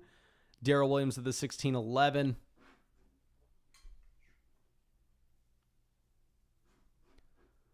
Okay, let's pull this back around.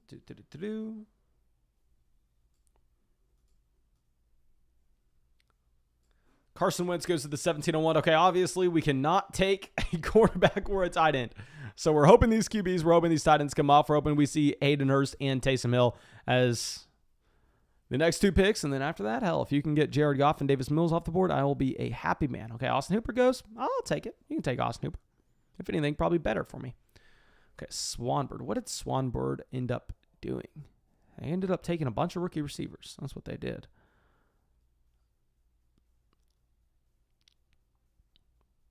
Interesting. Romeo Dubes off the board at the 1703. I personally want to take him here. Jaden says, I got Mac Jones at the 1812 in the last draft. Laugh my ass off. Oh, man. Like, if you could know for a fact you were getting Mac Jones in the last round of every single draft, I think I would have a 3 QB draft in every single one. It's just sometimes if you go through and you plan on drafting 3 quarterbacks and you get boxed out of the position, you just light your $25, you just light your $5 buy-in on fire. Okay, so we need about 25 more likes to get another draft going after this one. If we don't get it, I'm fine with it, and we will draft again tomorrow. We will stream again tomorrow, but hey, if y'all want another one, no big deal either way. Okay, Derek takes Pierre Strong, the cheapest running back in the Patriots backfield, someone that's not being drafted in every single draft, so it is definitely a unique pick.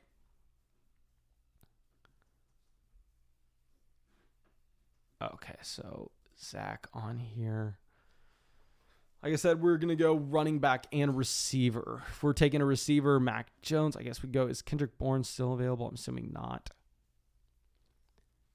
No. Okay, so Daniel Jones. Daniel Jones, is Sterling Shepard still available? Yeah, Sterling Shepard's still available. So Davis Mills is off. We're probably going to go Jamal Williams and then Sterling Shepard to get the Daniel Jones stack. We'll have a stack with Brady, a stack with Mac Jones, a stack with Daniel Jones as well. So let's go ahead and take this. And this is one thing I want to point out. We have a projection of almost 2,900 in this draft. That's going to be about the highest projection, probably the highest projection in the entire draft. I am not saying this to go, oh, look at me, we did a great job drafting. It's the exact opposite. I'm saying this probably is definitely my least favorite draft of the day that I have done. Yet it has an extremely high projection. you have to understand that those projections are not it. You do not want to be basing all your decisions off of them. Okay, so Brevin Jordan goes directly after us. Matthew says, I'm trying to win a $5 tournament. Hey, man, if you win a $5 tournament, that's pretty much life-changing money. I mean, I'd imagine for almost everybody, if you just drop $75,000 in their bank account, we can all agree that's life-changing money. If you just knew you had an additional $75,000 today. But like I said, of course, very unlikely, very unlikely. Dominic says, what do you think I could get for Michael Pittman? Hell, if I could trade Michael Pittman for Jalen Waddle, if I could trade Michael Pittman plus a pick for T. Higgins right now, I'm doing it every day of the week, and I'm not even thinking about it. Derek goes through and takes Tyquan Thornton here at pick 209. And looks like we need 14 more likes. 14 more likes to get another live stream going. Peter says Davis Mills is bad, yet his team that consists of Mac Jones and Daniel Jones. Peter, my man, something just happened to make you have a bad day. I'm sorry you're having a bad day. I'm sorry you're in a crappy mood. I don't know what's wrong with you. I'm hoping it's turning around very soon, because I never said in this live stream that Davis Mills is a bad quarterback. And I've never said that Daniel Jones is a good quarterback. Now, if I was drafting Daniel Jones over Davis Mills, there's a reason for that. It's because rushing upside matters in fantasy football. But what I really care about is not Daniel Jones rushing upside. What I care about is hopefully you get in a better mood sometime soon. Hopefully your girlfriend's a little bit nicer to you, your wife's a little bit nicer to you, and your day turns around. Okay, so Fallon coming out. Thank you, my man, for coming out to the live stream. Always happy to see you out here. And Jared Goff goes at the 1808. Interesting for a third quarterback. Trey McBride at the 1809. Clutch Cow says, I'm taking the full clock for the pick so we get to 250 likes. We're right there. We're at 245. I'll get another draft going. Of course, thank you so much for being a part of the flock, even though I'm very tired. I got to walk the dog. I got to write a draft guide. I got a lot to do, but I don't want to do any of that. I do want to walk the dog, but I don't want to write the draft guide.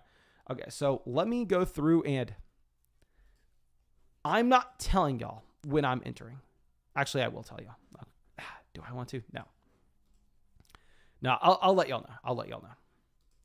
We are about to enter the puppy draft, okay? I don't want to draft with y'all. I don't. I would rather draft with some randoms in the public lobby. But if y'all want to get in a draft on live stream, here you go. We're entering in now. How many spots? Oh, god dang. There's like 9 spots available. Everybody in this draft's going to be from this live stream. No. Oh, my God. Okay, where are we picking? Okay, yeah, we're going at the 112 yet again. I swear to God, they give us the 112 so often. We got Derek. At least Derek's on the other side of this draft room. Derek's at the 101. Top Dog's in here as well. I think Carved Muffins out here a lot. Swanbird was in the last draft. Chandler was in the last draft. Mind Tricks is out here a ton. No Soup for You's out here a ton. Billy Joel's out here a ton. San Diego's finest is Caden out here a ton. Yeah, we got almost everybody part of this draft room, a part of the flock. Oh, dear God. This is going to be tough. Did Matt get in here? Oh, Matt, I'm sorry. You did not make it in.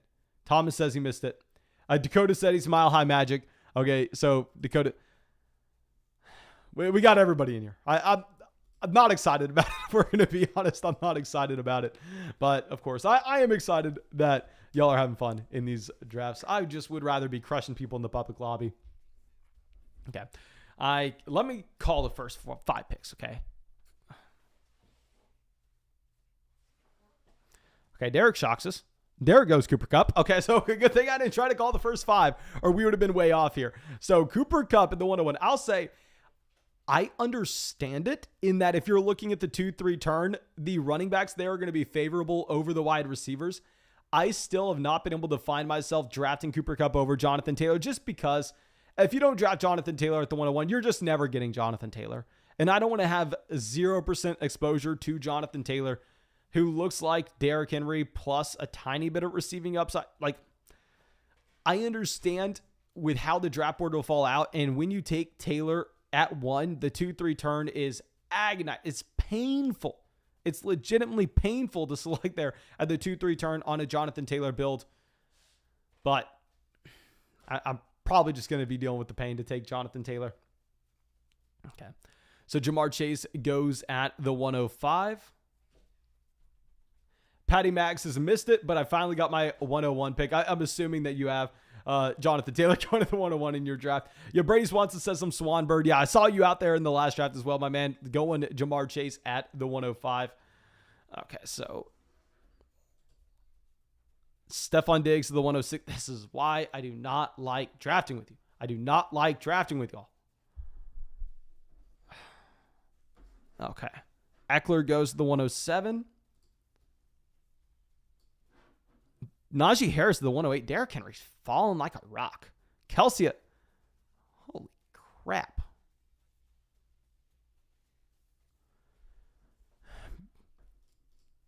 Billy Joe goes Derrick Henry. Caden on the clock. He goes Devontae Adams. Okay, we get our guy. This is what I call vengeance. We are back to redeem ourselves, ladies and gentlemen, okay? We are back to redeem ourselves.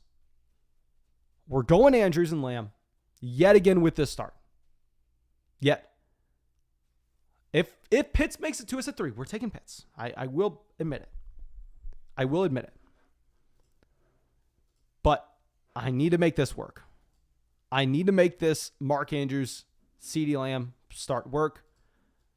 We need to be able to go through and build that 0 running back team around 2-6-8-2. 2-6-8-2. We're trying it. We'll see what happens.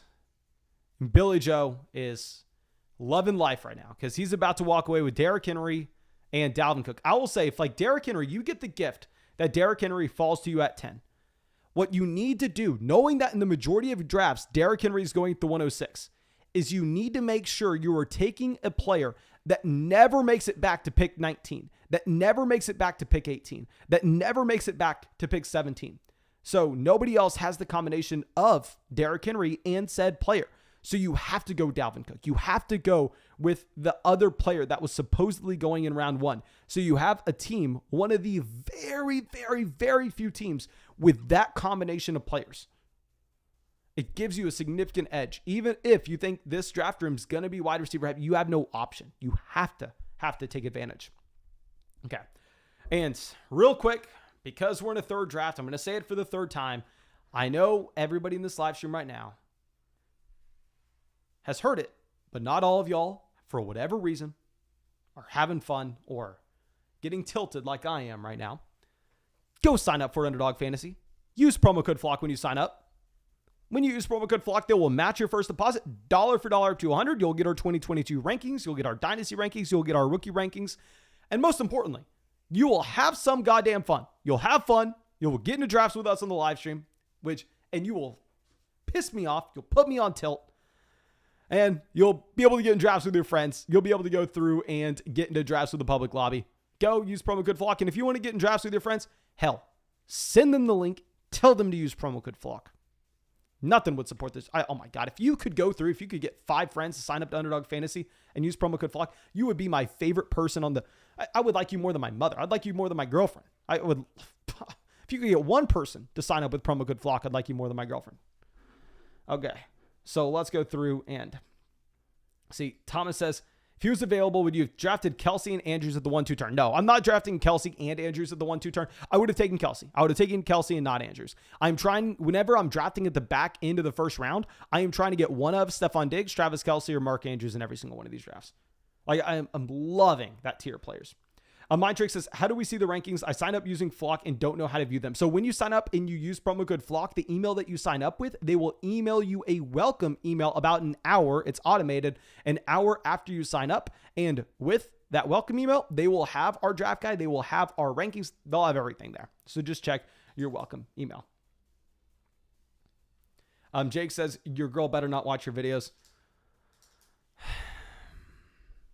Hopefully not. Hopefully not. Hopefully not. Okay. She would understand. Okay. So let's see what happens. Yeah. Keenan Allen going to the 301. Okay. So top dog starts Taylor Javonte. A massive running back run has occurred here. Tyreek Hill making it to the 302. This is going to be an exciting draft. Dakota says, went with 2 running backs. This is cursed. Went with Eckler and Aaron Jones. We'll see how it pans out, my man. We will see how it pans out. Barkley goes at the 303. Okay, so we have another team going 3 running backs to start it off. Noah says, what happens if we used your code last year? Do we still get the rankings this year? I'm sorry, guys. The promo is 1 per account. Trust me, I wish it could be something else, but it's 1 per account, 1 per email. No. I wish you could email them and go, hey, I signed up last year. I'm sorry, guys. But let's go back around. Let's see what's fallen to us. And A.J. Brown available to you at pick 30. I wonder if the people in this draft, because people in this draft are watching this live stream, make Pitts fall to the pick 36 just to tilt us. And just to see what happens. Hopefully not. And yeah, I'll say real quick, if you have A.J. Brown making it to you at pick 30 and you reached on Stephon Diggs, you have to take the combination because not many teams are going to have A.J. Brown and Stephon Diggs. Diggs primarily going at the 1-2 turn, where A.J. Brown going at the 2-3 turn. I think you have to go that direction. Okay, you have Kyle Pitts, Patrick Mahomes going into 308, 309. Okay. I honestly probably would have taken Mahomes. Even though we didn't have Kelsey, I probably would have gone Mahomes if he made it to us. Now, what do we want to do? That's the real question. What do I feel like in my heart? Michael Pittman's off the board. Thank you for making our life easy. Thank you for making our life easy. Caden takes Jalen Waddle. I would have taken Waddle. I'm going to go DJ Moore, and I'm going to go with Hollywood Brown. Now, the reason I'm taking Hollywood here is not because I think Hollywood Brown is a better wide receiver than Deontay Johnson for fantasy, for real. No. The reason I'm taking Hollywood Brown is because what are we trying to accomplish in every single one of these drafts? Unless the board goes crazy and we get some ridiculous value falling to us, I am trying to draft 2 quarterbacks, 6 running backs, 8 receivers, 2 tight ends with a 0 running back build. Based on my research, based on what we have seen this season, that is what I'm confident building around. And when we take Hollywood here, we are going to be able to get the Kyler stack at the 5-6 turn. We are going to get the Kyler stack at the 5-6 turn. If we don't get Lamar, there's a chance we get Lamar Jackson. But look at all these stacks we have potentially set up. We can either get Lamar at the 5-6 turn to pair with Andrews. If that doesn't work out, then we could get Kyler at the 5-6 turn to pair with Hollywood. If that doesn't work out, we could get Lamb at the 7-8 turn to pair with Lamb. Get Dak to pair with Lamb. So I am very excited about that. And let's go through, check this out. Mind Trick says, was hoping Deontay Johnson would fall to you. Where were you drafting? Oh, yeah, at the 405. That would have been crazy if you had Deontay Johnson falling to you. Getting Cam Akers instead. Justin Herbert here goes to the 406 to a team that has Eckler, Mike Williams going and getting that elite level quarterback as well. Dakota out there excited about the Los Angeles Chargers stack. Come on, my man. Not San Diego anymore. High Society says Kyler Murray going to the MLB in a few years. It would be cool. Like, seriously, if you think about it, how much money, and I know this is not a fantasy football question, but how much money do you have to have for money to not matter for you anymore? I think Kyler Murray probably is nearing that range to the point where you go, okay, well, money's no longer something that's a driving force in my life. Why don't I just try something new? Why don't I try to go to Major League? I'm surprised more athletes don't do that, if that makes sense. Obviously, he would never do that from the financial aspect, for the fact that he's not going to be nearly as good at baseball as he would be at football. Remember, way back in the day at Ole Miss, people thought that A.J. Brown was going to go to Major League Baseball instead of coming into the NFL. But it's an interesting conversation, to say the least. Card Muffin goes through and takes his 4th running back here in Breece Hall. Okay, so when you go 4 running backs in a row, there's an argument behind this strategy. It's called the hyper-fragile strategy. And if you take 4 running backs in a row or 3 running backs through the first 3 rounds and then your next running back round 7 or 8, what you're going to be able to do is you're going to be able to stop drafting after those 4 running backs. And you're going to be able to build around, potentially, depending on the quarterback and tight end that you get, you're going to be able to build around 10 wide receivers. So in a best ball format, there is an argument that if you can bet on those running backs to stay healthy and you can get 4, you are going to have a very high ceiling at the very end of the season. A lot of people were implementing that strategy last year. It didn't really work out. 2 years ago, the winner of Best Ball Mania actually had that strategy. I will say, though, if you go 4 running backs to start and then you take a 5th, you're dead. Like, you have no shot to do anything. Okay, so let's go through. And I was saying that not like I'm expecting Kyler Murray to go to Major League Baseball or anything, more just a fun conversation to have. Okay, so Jerry Jeudy goes at the 504. Okay, I'm very interested to follow Card Muffin's team. 5 rounds and no wide receivers so far. We'll track it. We'll see how it pans out. Has upside if you hit on receivers, but it's very hard. Much easier said than done. Much easier said than done. Okay, so Chandler up here on the clock. 1 running back, 2 wide receivers, 1 tight end. He has Kamara, Diggs, AJ Brown, and George Kittle. They go Chris Godwin. Love the Godwin selection. I would have taken Godwin in a heartbeat if he fell to us. Juju Smith-Schuster at the 507. Mind Tricks, 2 running backs with Najee Cam, wide receiver Evans, Kyle Pitts at tight ends. Okay, so all these teams here pretty much have an elite level tight end. No Soup for You has Kelsey. San Diego's Finest has Darren Waller. Okay, so this is the elite tight end row here. You have all the elite tight ends in this range of the draft. Okay, so you have Michael Thomas, the 509. These wide receivers flying off the board. Let's see if we even have one that's sitting there when we make it back. Billy Joe, Derrick Henry, Dalvin Cook, Michael Pittman, Deontay Johnson.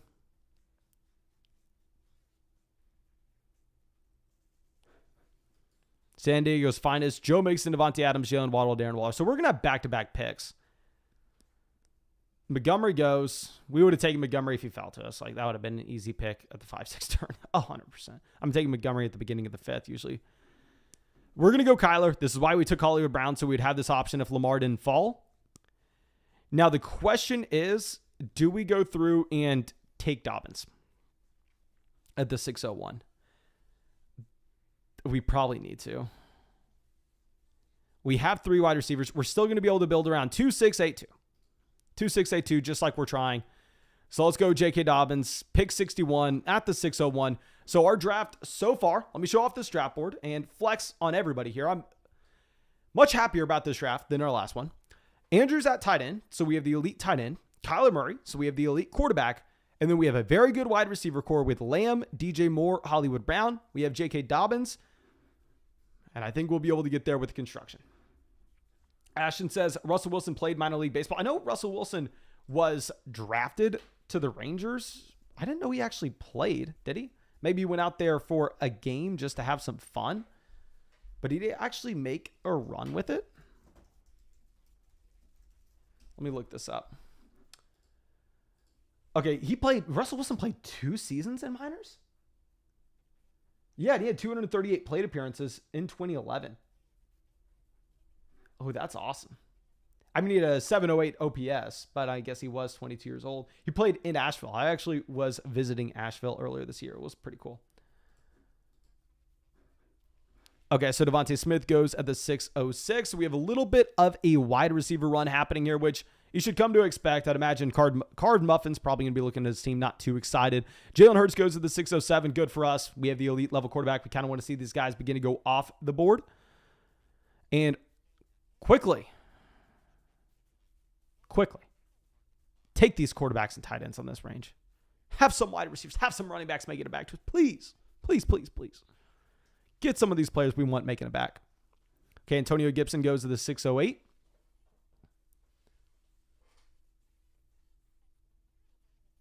Johnny says, this channel is nuts thinking Sutton isn't a decent pick. Not everyone does well after an ACL. Yeah, Cortland Sutton, you are right. His best finish ever, he's a 27-year-old wide receiver. Going to be 27 this season. The best finish ever, wide receiver 25 on a points per game basis, aka low end wide receiver 3. That probably means we should be drafting him as wide receiver 19 this season, even though Jalen Waddle with the splits while they are both on the field dominated him. I agree with you. Probably not a good pick. I mean, probably a great pick. Okay, so Joe Burrow goes to the 612. Okay, so Derek, he's going heavy 0 RB. And you still have Elijah Mitchell. You still have A.J. Dillon available. And look what he has done so far. Oh my gosh, I'm interested to track this. He has the T. Higgins, Joe Burrow stack. He has Hawkinson at tight end. And he's 5 wide receivers through. Okay, so I'm consistently seeing Derrick Henry go Gabriel Davis. Derek, I will say, I think I'm confident. I think I'm confident that Gabriel Davis is a bad selection here at the 501. In that, if you are taking him as your 5th wide receiver, if you already have 4 on the team, you are covering up for production at the beginning of the season. So why are we not just taking Chris Godwin? Even if Godwin misses the first month, I think you would be smashing with Gabriel Davis, also knowing that you could potentially get Tom Brady later on where you're not going to have the shot at Josh Allen. I guess maybe you're doing it so you could target that Cincinnati Bengals Buffalo Bills game in week 17. But I'd say in a vacuum, I probably prefer Godwin there. Okay, so let's pull this up. Yeah, Brady on the top of the draft board. We are 6 picks away. And Henry says, why did I not know about this channel before? Just found it.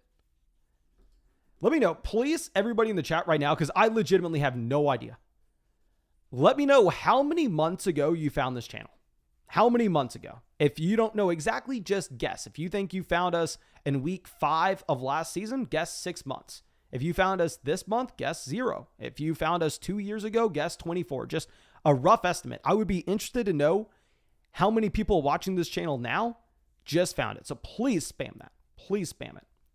Okay, 14, 1, 8, 1, 20, 30, 6, 4 years. Dear God, we haven't been around for 4 years. 16 months, 10, 7, 2.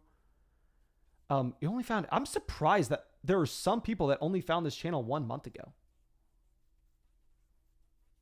3 days ago. Oh, dear God. That's very surprising. Okay, what's very surprising also is Russell Wilson making it here and Dak Prescott. It looks like we're taking Dak. Looks like we're going through and getting 2 elite level quarterbacks on this team. Looks like we are going to be coming away with a Dak Prescott and CeeDee Lamb. Yeah, Caden goes Sky Moore. We're probably going to grab another receiver as well. Probably going to go Hunter Renfrow. Just because I'm comfortable with the running backs that are going to make it back to us. So we're going to go Dak Prescott and we're going to go Hunter Renfrow. I think these wide receivers are going to continue to get soaked up. Ooh, I know not many people are going to like this team, but I actually really like this team. I really like this team. I wouldn't have before, but looking at quarterbacks affecting win rate in best ball, yeah, I think Kyler, Dak, into the 5th, into the 7th. Great picks. 5, 6 turn, 7, 8 turn. Mark says first video. Oh, okay, real quick. So if y'all are just finding this channel, I'm assuming y'all are just finding Underdog Fantasy. If y'all want to have some fun with us, if y'all want to get in these drafts, this is why I have to say this so often. Make sure you go sign up for Underdog Fantasy. Use promo code FLOCK. You'll get our rankings. You'll get a Dynasty Rookie Draft Guide that has over 130 pages. You'll have some fun, which is the most important thing. Go sign up to Underdog Fantasy, promo code FLOCK. You can find it in the live chat. You can find it in the description of the video. And you know what we need now? Very similar to how we were sending up prayers in the last draft, that tight end started going off the board. Here we need some quarterbacks to be drafted. You got Russell Wilson. You got Aaron Rodgers off the board. What's nice is, okay, let's go through and let's look at this. You have a lot of these teams with 2 quarterbacks as is. You have a lot of people going with the quarterback bully approach. We tried doing tight end bully last draft. Nobody else did it with us, so it failed. But here you have Dakota, Justin Herbert, Aaron Rodgers. You have Mind Tricks, Tom Brady, Russell Wilson. You have Fantasy Flock. This guy looks like an idiot, but he went Kyler Murray and Dak Prescott. So I will be interested to see how this alters quarterback value in the rest of the draft. Ooh, this is going to be exciting. It's going to be exciting. Okay, so Russell Gage goes at the 8-10.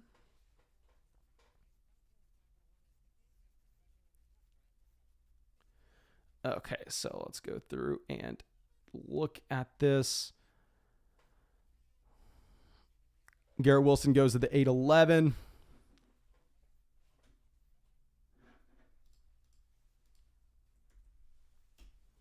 Kareem Hunt at the 8-12. Jamison Williams at the 9-01. Jayan says, I searched for something fantasy football related and saw some dude wearing a Texas baseball jersey. Couldn't get click fast enough, then hopped in streams. Of course, Jayan has been one of the OGs. Thank you, Jayan, for all the support as always. And you know what? This draft is feeling good. I'm feeling good in this draft. We're about to pass 300 likes a lot. Let's keep this going. Maybe we'll get a 4th draft going after this if y'all want.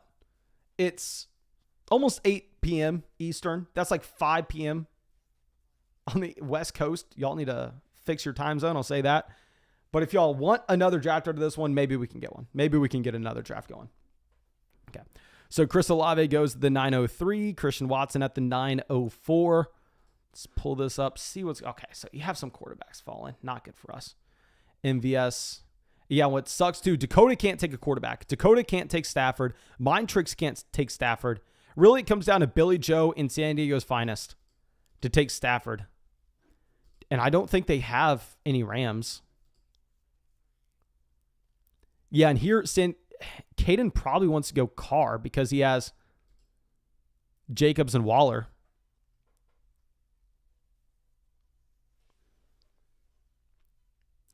Okay, let's see what happens. James Cook, Damian Harris. Okay, we may get Woods.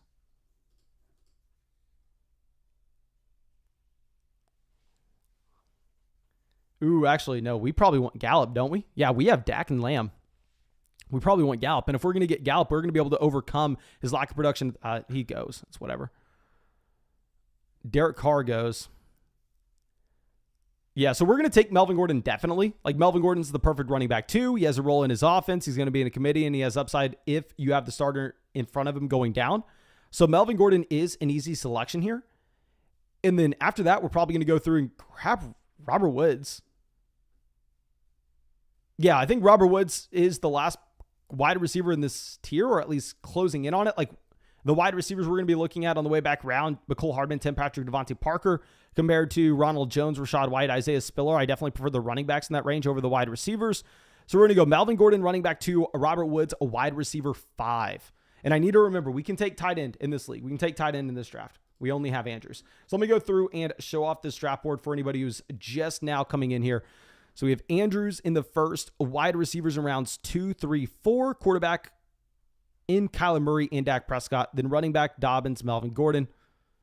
Interesting. 863 Kane says, which draft is this? Is this the puppy draft? Yes, sir. We've been doing a ton of puppy drafts. We will get some more best ball manias going. I'm actually kind of liking to save my best ball manias for the morning so I don't have to draft the best ball manias with y'all.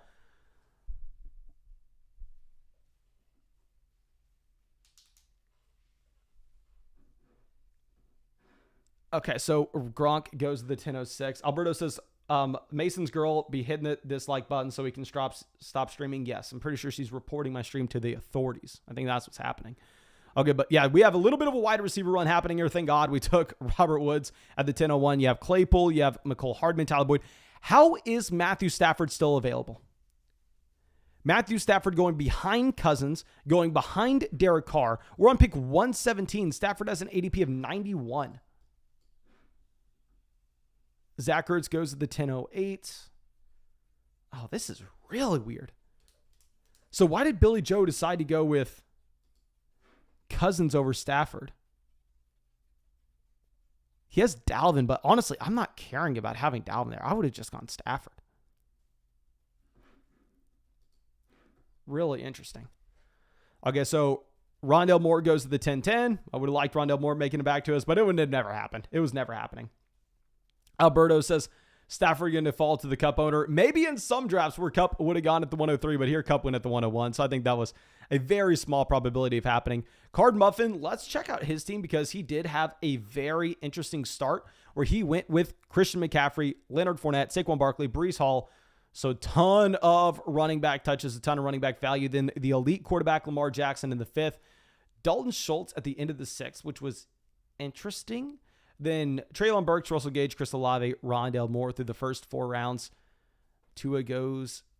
Maybe I need to get some hyper fragile teams going. Maybe I need to try some. The issue is when I try a hyper fragile team in the live stream, everybody just goes, "Oh, let's take all the wide receivers. Let's leave Mason with nothing," which is tough, but somehow we'll overcome. We'll overcome it in one of these drafts. Okay, you have Tua going over Watson. Top Dog did take Tyreek, I'm assuming. Yeah, he went Tyreek Hill. Still problem. Maybe I'm not realizing exactly how important these stacks are. Obviously, we're going through and we're targeting these stacks in every draft. Like I have Dak Prescott and CeeDee Lamb. I have Kyler Murray and Hollywood Brown. But maybe I'm underrating these stacks even more because I would have never taken Tua over Deshaun Watson. Okay. So Dakota on the clock. There are a lot of players that I'm looking at that I like. I'm fine with a ton of these names making it to us. Thomas says, Zach Ertz over Robert Woods. No question mark. I'm actually, when we have Kyler and when we have Hollywood, I could see the argument for it. I personally just haven't been drafting Zach Ertz at all. Like, he is younger than Kelsey, but if you look at his efficiency through the past 3 seasons on a per target basis, Zach Ertz has been one of the worst tight ends in football. Obviously, he looked so much better in Arizona last year. And with the DeAndre Hopkins suspension, you would imagine that he does have an increased role at the beginning of the year. But it's still hard for me to pull the trigger. Okay. So let's see what Caden does. He also only has 2 running backs. He goes Ronald Jones. So my issue is if we go Pat Frymuth here, everybody else in the draft knows we're done at tight end. I think it doesn't really matter. I think maybe we're going to go Penny, definitely. Wide receivers, we have the New England guys, Buffalo, John Dotson. Who would we have at running back later on? We'd be looking at James Robinson, Kenneth Gainwell on the way back. Maybe we want to grab another RB. Yeah, if we have Andrews, I'm going to be fine grabbing another running back here. Actually, we still kind of want to go 2-6-8-2.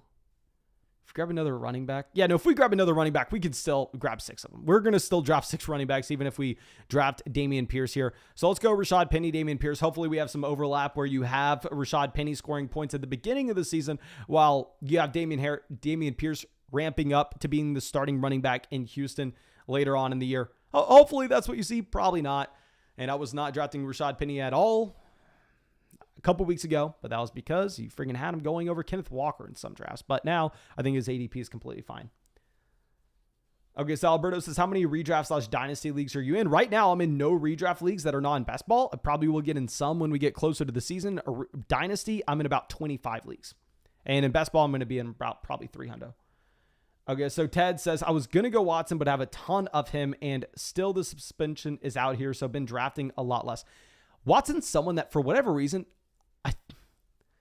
I need to get more of them because, like, Watson is someone that can break fantasy football in weeks 15, 16, 17, which matters so much in this format. I need to get more Deshaun Watson. I don't know how, but I just haven't been coming away with him in too many of these drafts.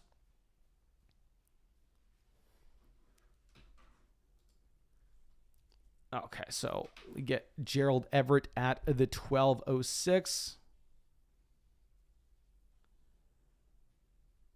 And really quick, we're about to pass 300 likes on the stream. If you have not dropped a like on the live stream, please make sure you do that ASAP. Do that ASAP. It supports this channel, and we'll possibly get a 4th draft going after this. I just literally pulled up the live stream on my phone so I could drop a like. Okay, so Jamison Crowder goes at the 1208. Jacoby Myers at the 1207. I don't even know what we're rooting for at this point. We have such a balanced team. Yeah, we still need quarterbacks to go off the board, but we can still grab a tight end here. I mean, if we're looking at our roster, we have Kyler, Dak at QB. At running back, we have J.K. Dobbins, Melvin Gordon, Rashad Penny, Dameon Pierce. Wide receiver, we have CeeDee Lamb, DJ Moore, Hollywood Brown, Hunter Renfrow, Robert Woods. Tight end, we have Andrews.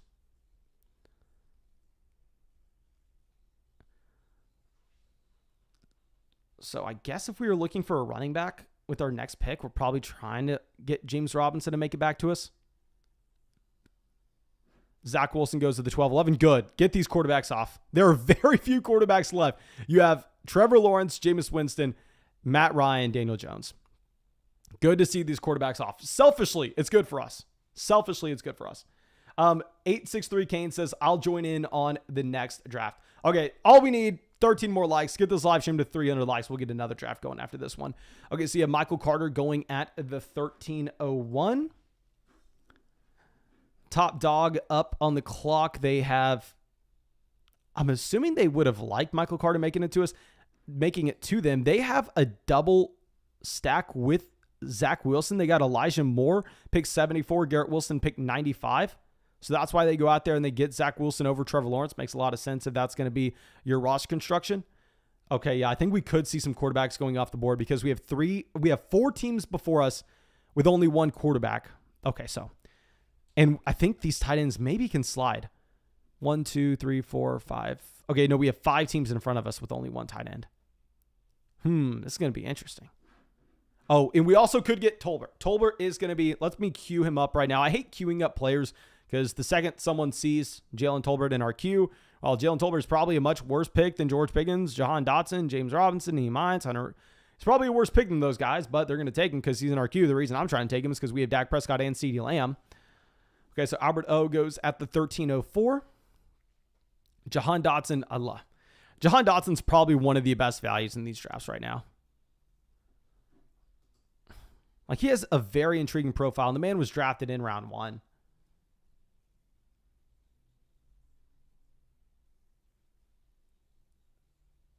Okay, so you have Tyler Higbee going at the 1306. Hamler right afterwards. I don't want to say too much here. I don't want to say too much. Mindtricks is a very balanced team as well. No Soup for You has 5 running backs. I doubt they can take another RB. They do need they have Kelsey and Mahomes. So while, yeah, they only have 1 quarterback, 1 tight end, they're also fine at the position. Billy Joe has 2 of each. He went Kirk Cousins. I guess he was targeting Irv Smith Jr. later on to get the stack. David Njoku goes to the 1309. Love the David Njoku pick now that you have the contract attached to him. Okay, so let's see where Caden goes. He knows not to go Lawrence. Yeah, he goes Cole Kmet. We shouldn't go Hunter Henry because he has the same buy. So I guess that means we're not taking a tight end here and we're waiting even longer on tight end. I can't double dip with George Pickens and Jalen Tolbert because we have Robert Woods missing the beginning of the season.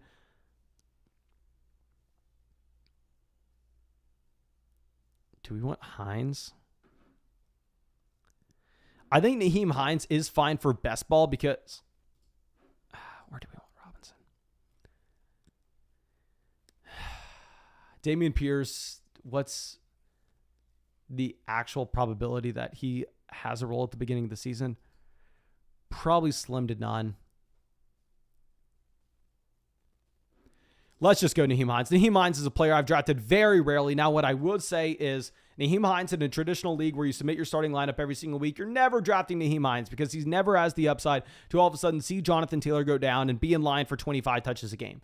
But in best ball, given the receiving skill set that he has, if you think Matt Ryan's going to continue to check down to the running backs often, Nyheim Hines is in play in best ball drafts in particular because this is a running back that with the volatility that the satellite back brings, you have seen him go for 4 receptions and all of a sudden have 2 receiving touchdowns with those, and that would spike into your starting lineup. So we will go to Nyheim Hines here on a 0 RB build as our running back 5. Fallon, he says, give me a 1-sentence analysis on these 4 players. Allen Robinson, Ronald Jones, Drake London, Michael Thomas, flock up. Okay, I like this. This is going to be a tough exercise. 1 sentence on Allen Robinson.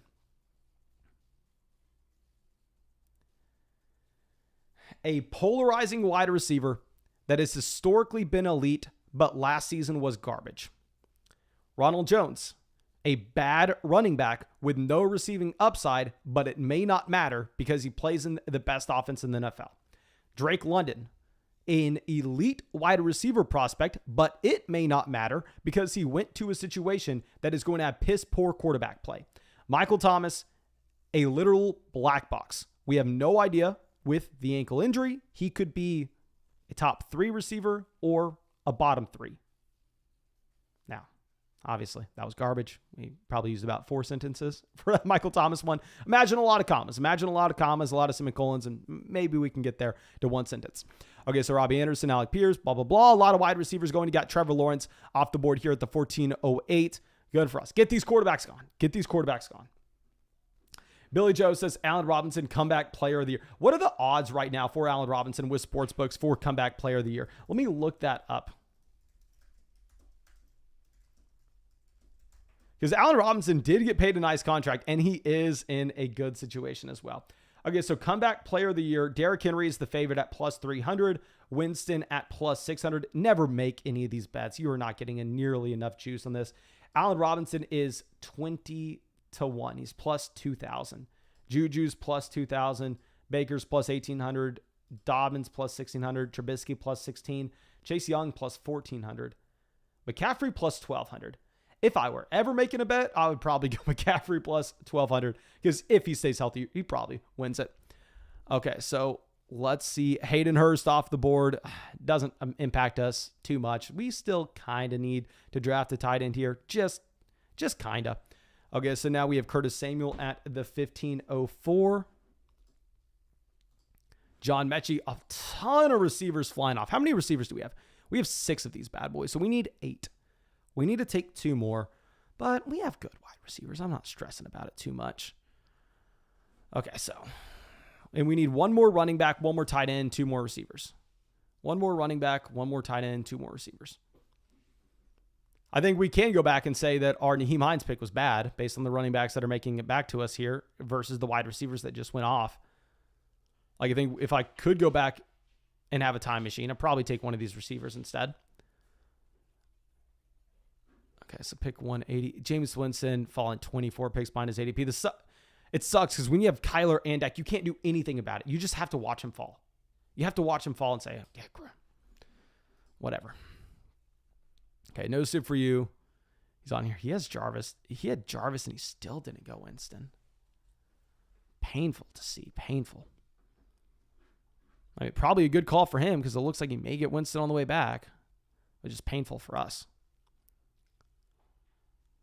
Okay, Sammy Watkins goes. We're going to go ahead and take Noah Fant. We're going to get our second tight end coming in here. And, I guess we were back-to-back picks as well.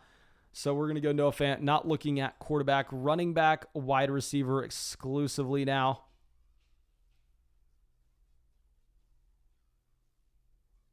Do we go AJ Green? Yeah, let's go AJ Green. Let's get the stack with Kyler Murray. I'm not too excited about it. It is what it is. We still need 1 receiver and 1 running back to tie up this roster. Let me know what you think of this team. Let's scroll this down. And we have a question says, what stack do you prefer most? Diggs and Allen, Kelsey and Mahomes, or Herbert with Allen or Williams? I would say I prefer the Diggs and Allen stack the most for a couple of reasons. A, I think it has the highest ceiling.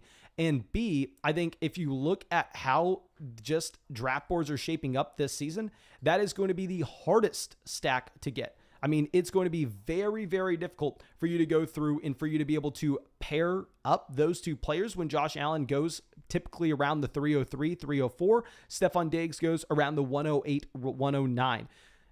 And everybody can get the Kelsey Mahomes stack. It's going to be very popular. Everybody can get a Herbert and Mike Williams, a Herbert and Keenan Allen stack. So I prefer the Allen stack, not only because it's probably better, but also it's going to be more rare. Okay. Marker Word says Dameon Pierce has more of a chance than Marlon Mack to start, ? Not necessarily true. But what you're looking at with Dameon Pierce is we can say he probably has a higher ceiling if he were to start than Marlon Mack. Okay, Caden says, check my quad factor. Okay, so let's go through. Let's check Caden's stack. Caden, I will say, what I have learned, Hayden Winks put out a very good article about putting too many players from one offense on the same team. And it's because once you get to week 17, you have so many teams in that player pool that you need one-offs as well.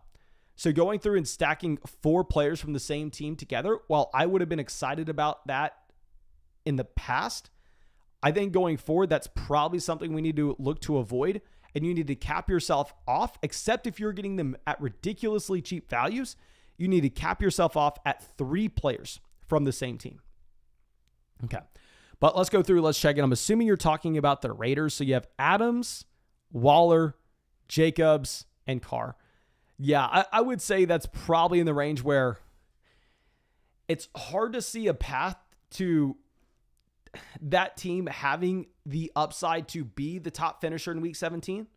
Now, like I said, this wasn't the way I used to think about it. And I think we have to alter our thinking just slightly. While we want to build in that correlation, it's unlikely that Josh Jacobs, Derek Carr, Devontae Adams, and Darren Waller all explode the same week, because what would have to happen? Derek Carr would have to throw for like 5 or 6 passing touchdowns.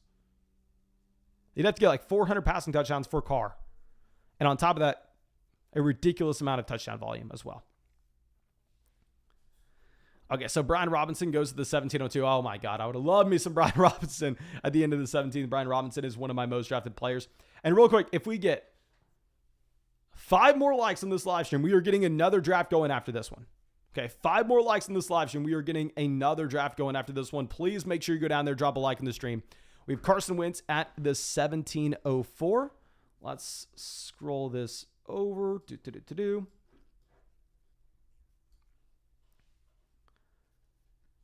Yeah, Daniel Jones, Ryan Tannehill sitting at the top, and we can't do anything. So we're just going to be grabbing one of Marlon Mack, Donta Foreman, Keontae Ingram, Nico Collins, Zahn Haskins, Sony Michel, James Washington, and Justin Ross. There are players that I'm looking at. There are players that I'm looking at in this range. And I'm probably about to be a hypocrite. Okay, so let's just get off quarterbacks and tight ends. I can't take QBs and tight ends. We're moving them off. We're hoping we see them get drafted here. We have Logan Thomas. We have Cameron Brate going at the 1706 and the 1707. Ashton says, are you going to do the underdog over-under videos again in the upcoming season? Yes, sir. I'll be doing those again if y'all liked them. Last year, we were profitable on them. We got lucky. We threw a Hail Mary with Trey Lance and Brandon Cooks, and Brandon Cooks got there by 1 yard, and we ended up winning like $1,000 off that bet. If not, we would have lost money, but we were profitable because that Hail Mary. And I think we probably see what Caden does. Is he going 2-6-8-2?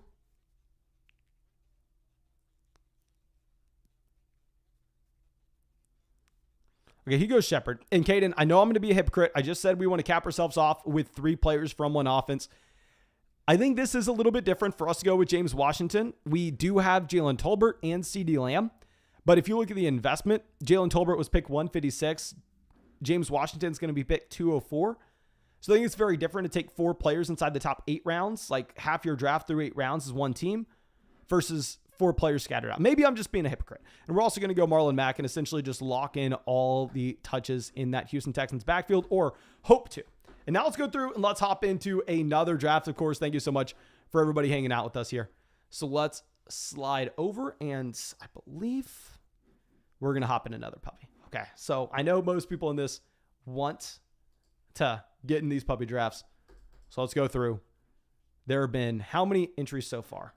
There have been 11,000 entries through 24 hours of this puppy. Probably actually closer to 30 hours. But still, that is ridiculous that it's filling this fast. Okay, let's enter in. 4 spots open. 4 spots open. And now it's full. Okay, so let's see where we're drafting. We just drafted back-to-back drafts at the 112, starting Andrews and Lamb. Now we're at the 110. We're still about in the same range. We have a lot of people from the flock here as well. We have Carved Muffin, who's out. Oh, my.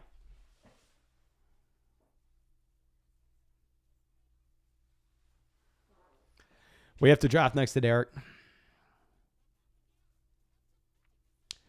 We have to draft next to Derek. Swanbird next to us as well. Carved Muffin. Carved Muffin's the team that went with the hyper-fragile running back approach in the last draft. Billy Joe was in the last draft. Dakota was in the last draft. Fallon is always out here. Okay, he's at the 101 at least. We are far away from him.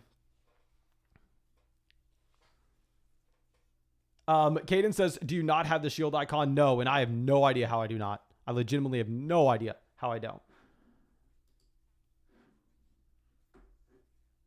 Okay. Ashton says, I build my underdog NHL over-unders by going shots, saves, correlation that I learned from you. It feels like cheating. Have you been profitable in those? I have no idea. And that's why I guess actually that probably would make sense. I think that would make a lot of sense if you go with a shot save correlation. Alberto says, how many contests you've completed? So what sucks about these is I can go through and I can draft 500 drafts this offseason, but the only way you get those drafts counting toward the shield is once they're all complete. So we don't get those counting towards the shield until at the very end of the season. So we're going to draft probably 500 teams this offseason. We're still not going to have a badge. And the reason is because I don't do the NBA drafts. I don't do the NHL drafts, the ones that complete every single night. Because those ones that turn over like that, you can go through and you can knock those out and you can get points racked up to your shield every single week. Mark says, you are a madman for making this content for free. You're worth more than that. No, please. If y'all think This content is worth anything. Go sign up for Underdog Fantasy. Use promo code FLOCK. I promise you nothing supports this channel more. And like I always say, when you use promo code FLOCK, they will match your first deposit dollar for dollar up to 100. You'll get my 2022 rankings. You'll get my 2022 Dynasty rankings. You'll get my 2022 Dynasty Rookie Draft Guide. And you will support this channel and you will support these live streams. And that's the number one way you can support. We have Jefferson making it to the 106. Oh, imagine if we got Justin Jefferson at the one. I would have taken the suit off and we would have done the rest of the stream shirtless if I had Justin Jefferson making it to us to the 110. I can promise you that. Okay, so let's slide this over. Eckler goes right before us. Card Muffin on. They went with the hyper fragile build in the last draft. I don't know what they're going to do now.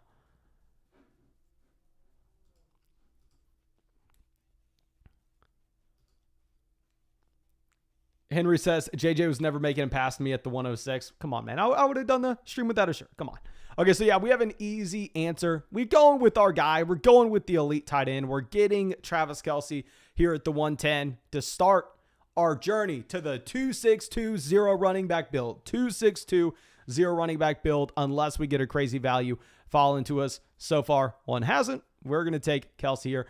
Derek goes with Devontae Adams at the 111. Let's see where Swanberg goes. He goes Najee Harris. Can't blame anybody for taking Najee Harris when he makes it to the 112. Very rarely are you going to get Najee Harris making it that far. Ashton says it works even better than the passing and receiving yards. I'll look into that, my man. That's really interesting. Okay, Dalvin Cook goes to the 201. Aaron Jones goes right there. Okay, so we're not going to take Joe Mixon. I'm sorry. We're not going to take Mark Andrews and Travis Kelce. We will mix it up a bit. We will grab a wide receiver here. We're going to be taking Deebo Samuel. Going to feel comfortable with the potential Trey Lance stack later on to go two quarterbacks that way, or to go through and get Patrick Mahomes as well at the beginning of the 4th round. Carson says, just got Derrick Henry to fall to pick 9 and Devontae Adams to fall to pick 16. How? How is that remotely possible?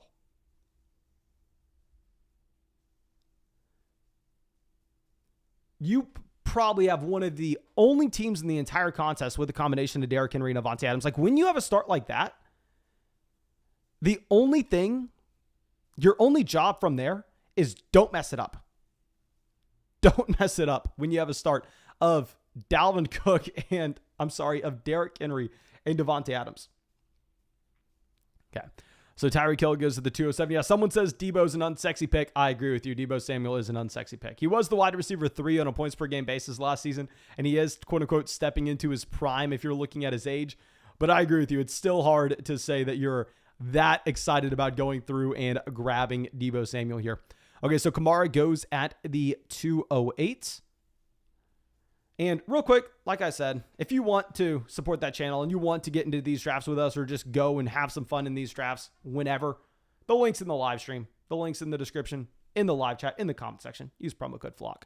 And Mike Evans goes to the 209. Great value on Mike Evans. Like, nobody's going to have Mike Evans and CMC together. You have Dakota getting Jamar Chase and T. Higgins. What would be very interesting is to grab Allen there. And when you're grabbing Allen there, then you're going to have that week 17 pairing between the 2 Cincinnati wide receivers and Buffalo. Oh, that would be beautiful. That would be beautiful. Nick Chubb goes at the 211. I wonder what we're going to be looking at the end of the 3rd. I have an idea. Mark says Deebo is great. He's going to continue to dominate.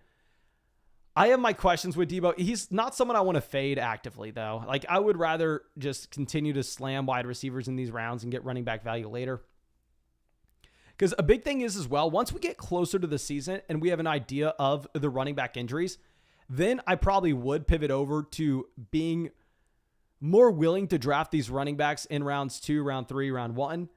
But I'm really trying to build around those 0 RB teams right now, because if we say can build as many 0 running back teams as possible, and one of our most drafted players is Kareem Hunt, and he's the running back 1 or 2 on our team that we are loaded up with an elite tight end, an elite quarterback, and elite receivers, and then Nick Chubb goes down before the season, we have the best team in the league. And we have a chance to win all the money at the top. So it lowers your floor. Like I know I'm lowering my floor when I take Deebo Samuel over Joe Mixon. I'm lowering my floor when I take Deebo Samuel over DeAndre. I know. But it's also potentially setting us up, just potentially, with access to a ceiling that nobody else can match. Okay, so Javonte Williams goes to the 304. CMC, Mike Evans, Javonte Williams. Oh, you're never going to see that. Okay, so let's pull this back around. Leonard Fournette still available. He goes at pick 29. Who had Leonard Fournette here? Caleb. He starts with a hyper-fragile approach. Not many people are going to have Derrick Henry and Fournette on the same team, though. Barkley goes right there. I wonder if... No, Pitts goes. I was going to say maybe we take Pitts. Just maybe. We probably weren't going to do it, but it was a possibility.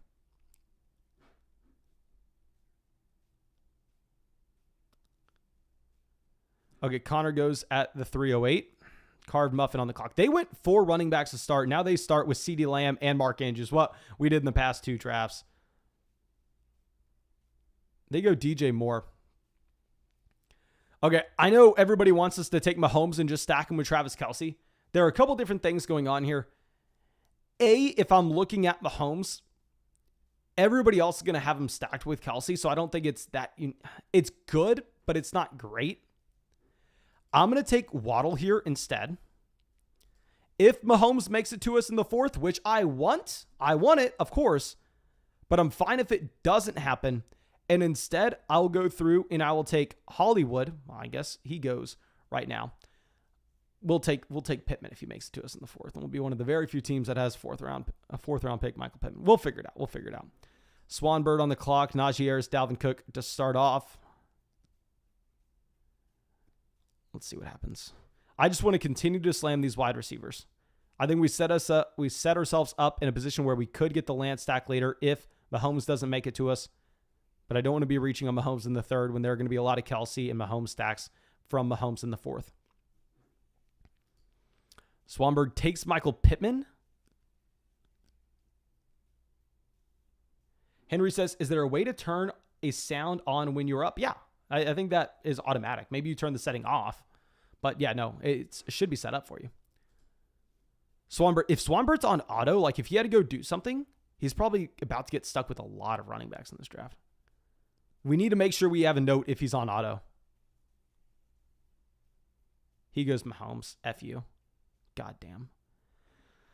Oh, Deontay Johnson's off the board as well. It sucks Mahomes didn't fall to us. It truly does. But with these drafts, you kind of have to draft as if you're getting lucky. You have to draft saying, if I have any shot at winning $75,000 on a $5 buy-in, everything has to go right for us. For everything to have to go right for you, you have to get Mahomes falling to you in the 4th. Okay, so like, if we're looking at Card Muffin taking Lamar Jackson, trust me, I love getting the Lamar Jackson and Mark Andrews stack. It's beautiful, but you just have to think this through. You're going to get, if Lamar Jackson and Mark Andrews hit this upcoming season, they're elite and they make a lot of teams winners, 1st and 2nd place, and a lot of teams go to the tournament. While yes, that's great for you. You won your 12-team league and you get to the tournament. At the same time, you're going to now be going up against a lot of teams that took Lamar Jackson in the 5th. And you're just smashing your head into the wall because you don't have that upside. You're going to be outgunned when those teams that got Lamar Jackson in the 5th were able to grab an elite level wide receiver in the 4th. And it's very similar to what I'm saying with Mahomes. Like, I want to just go through and I want to say, I like the stack, but I'm not reaching for it because I want to make sure when we have it, not many people can catch up with us. Dakota says, I hate my options with the next pick. Dakota is here on the clock at the end of the 4th. Cam Akers is at the top of ADP, pick 37. He goes Godwin instead. Okay, so interesting. He doesn't have a running back either. You have another team going with a hyper running back build. I would say Cam Akers fall into the 411. I'm taking Akers every single time. Great pick. Great pick. Akers fall into the 411. Very rarely are you going to get Akers, AJ Brown, Cooper Kupp, and Nick Chubb all on the same team. Great pick. Fallon goes to Amari Cooper at the 501.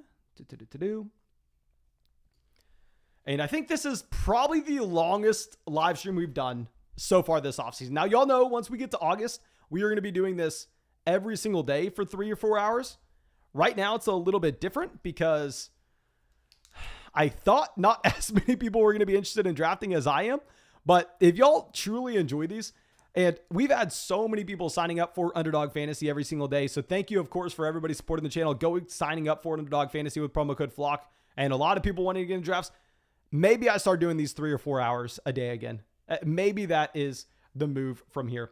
Marker Word says, I saw Cam Akers in college. He wasn't that good either. And I'm a Florida State fan. He was also running behind the worst offensive line in college football. I mean, he was a 5-star recruit coming out of high school. I mean, he had a ridiculous combine as well. If you're looking at his size, he was a great pass catching running back at Florida State. If you're looking at his target share, I think there are a lot of reasons to be excited about Cam Akers. Okay, so let's go through. We're probably not going to be taking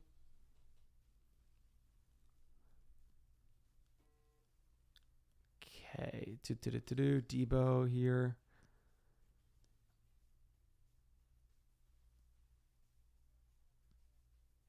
Yeah, we're going to reach on Kyler. I still want to go through and I want to have the 2-6-8-2 build.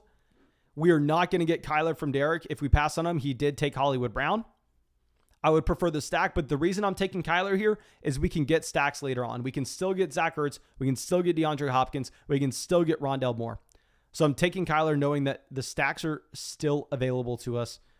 I would prefer to get Mahomes in the 4th, but I'll take Kyler in the 5th. Okay. Swanbird on the clock. Mahomes at quarterback, running back Najee, Dalvin, and Michael Pittman at receiver. Cheeky Hobson says, yes, 3 hours a day.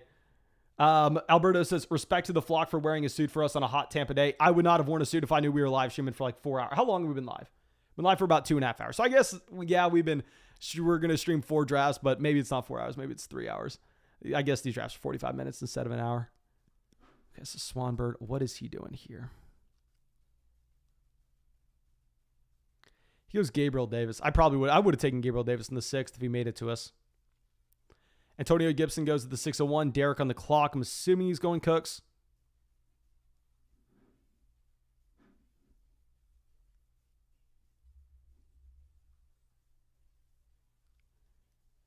Okay, and very similar to what we did with Mahomes, we are going to pass on DeAndre Hopkins here. With DeAndre Hopkins, I would love to bring him in, stack him with Kyler Murray. But the thing is, if you look at where we are picking, our next pick's about 5 selections behind DeAndre Hopkins' ADP.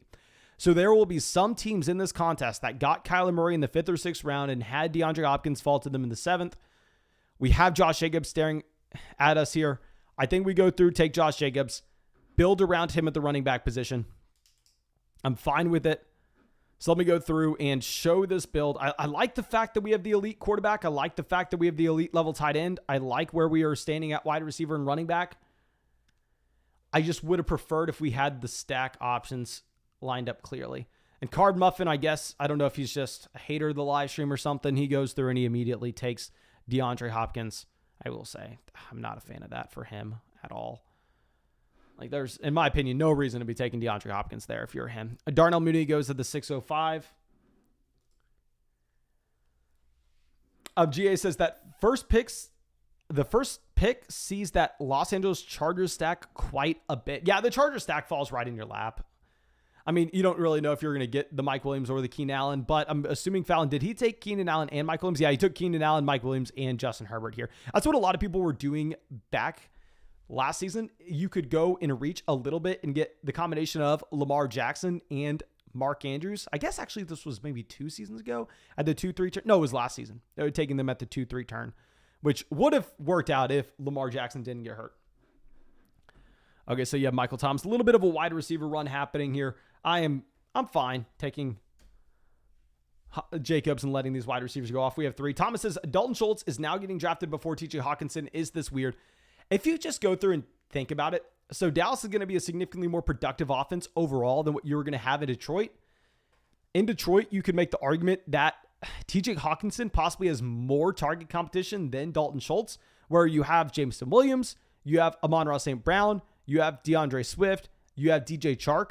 Whereas in Dallas, you have an injured Michael Gallup, You have Amari Cooper leaving. You have Cedric Wilson leaving as well, which does matter. So you're looking at a wide receiver room. Jalen Tolbert, while he has some upside, he's probably not going to work out. CeeDee Lamb, that's kind of it. And it's going to be a significantly more productive offense. So I don't necessarily want to say that I'm taking Dalton Schultz over TJ Hawkinson easily, but I understand why it's happening. Like, I don't want to sit here and act like it's horrible. Like, I don't think I would rank them that way in Dynasty because I think the talent of TJ Hawkinson is significantly better than Dalton Schultz. But best ball is going to be a little bit different than Dynasty. Okay, so Miles Sanders goes at the 6-12. Very interesting to see Sanders go at the 6-12.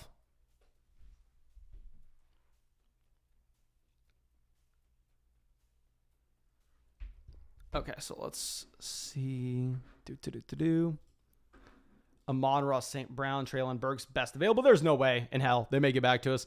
I'm honestly kind of fine with whatever makes it back. If we're looking at stacks that we need, with Kyler Murray, we're not going to have many options left. We can go through and we can queue them up. I usually kind of like avoiding queuing up these players because sometimes I accidentally end up letting my queue run thinking I added someone else. But we're not on the phone. We're on the computer, so I'll know not to let those guys just go off. But I want to make sure we are not forgetting that with Kyler. Ayuk goes at pick 75, the 703. Probably not too interested in Tom Brady, Russell Wilson. Like, if Brady fell to us in the 8th, I probably would go Brady, knowing we could get Gage as well. And we can go Gronk as well. But I think here at pick 82, it probably would be a little bit too rich. Okay, Amon-Ra St. Brown goes to 84. I would have loved me some Amon-Ra St. Brown. You have Russell Wilson going at pick 77. Adam Thielen, 78. Yeah, neither of these teams have a quarterback, so maybe we don't have the option to take Brady.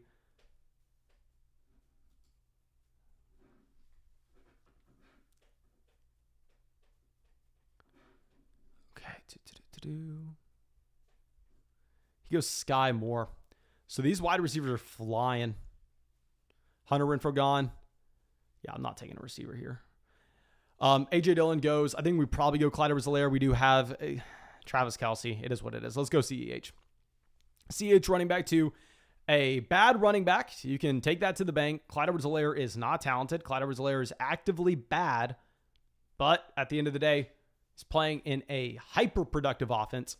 And he has absolutely no competition for touches, which we've said every year over the past 2. So, I mean, it isn't boding that well for a player like Clyde Edwards-Helaire. Okay, so Swanberg, here he has Mahomes at quarterback, running back, Najee, Dalvin, Antonio Gibson, wide receiver, Michael Pittman, Gabriel Davis. My man, I hope you regret stealing Patrick Mahomes from us. This is what happens. This is what you deserve. You have no Kansas City Chiefs players on your team other than Patrick Mahomes. How dare you? How dare you? Okay, he goes Kenneth Walker at the 7-12 as his 4th running back. I wonder if Derek goes Brady here. So obviously he's setting up the Rodgers stack. I love that Hawkinson picked by him. Derek is, I hate drafting next to Derek. Like, immediately I get in and I know it's going to be a bad draft. We're drafting next to him. Okay, Swanberg goes MVS. Okay, so he goes through and he reaches to make sure he gets that stack. F off, Derek. Are you kidding me? We're going to go Brady, pick 87. I wanted Lockett. We have Metcalf. We would essentially been betting that the Seattle Seahawks offense somehow manages to get a better quarterback in there. It doesn't happen. We'll go through. We'll take 2 quarterbacks in the pocket. We'll take Kyler Murray. We'll take Tom Brady. And while I'm remembering, we got to go through and we got to queue up some of these pass catchers for both offenses. So let's look up Tampa. Let's queue these guys in. We need at least one. We need at least one from each team. Not going to reach on them.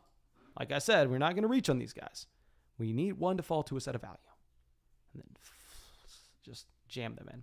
Henry says, I will never own Marcus Valdes-Scantling this year if that's where he's going. He's not going there in the majority of drafts. He had to go out there. He had to pay up for Marcus Valdes-Scantling. The majority of drafts, Marcus Valdes-Scantling's instead probably going to be going around pick 103 to 1, probably 08. It's really the Mahomes team taking MVS probably around 9, round 10.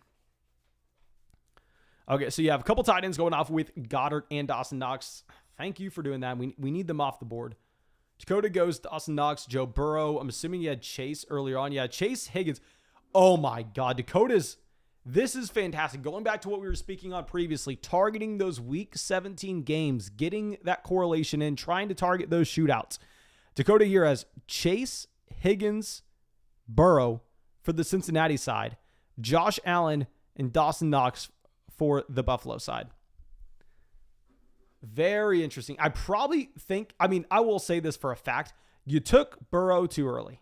You should have waited. There's no reason to take Burrow at the beginning of the 5th. You're going to get him at the 6-7 turn. And if you don't, boo-hoo, you'll try the next draft. So you definitely took Burrow too early. I would have preferred to get him at the end of the next round, but still overall, a great, great trade.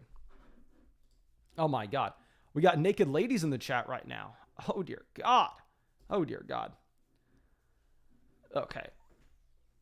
So you have Damian Harris at the 8-12, Kareem Hunt at the 8-11.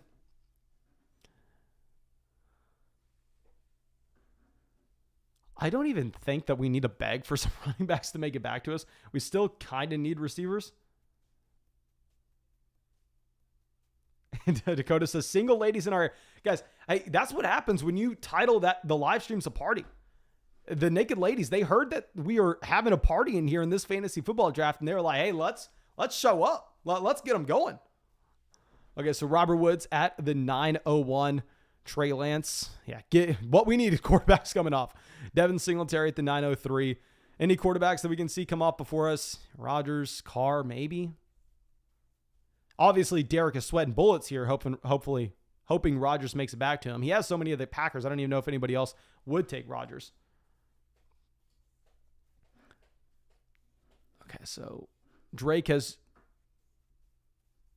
6 seconds left. Is he on auto? No, it doesn't look like it. Yeah, he goes Tony Pollard. Alan Lazard goes at the 101. Christian Watson's still available as well. I'm very surprised to see Watson's available. Cordell Patterson, 906. I would have taken Patterson if he fell to us. Tim C has no quarterback. This is it.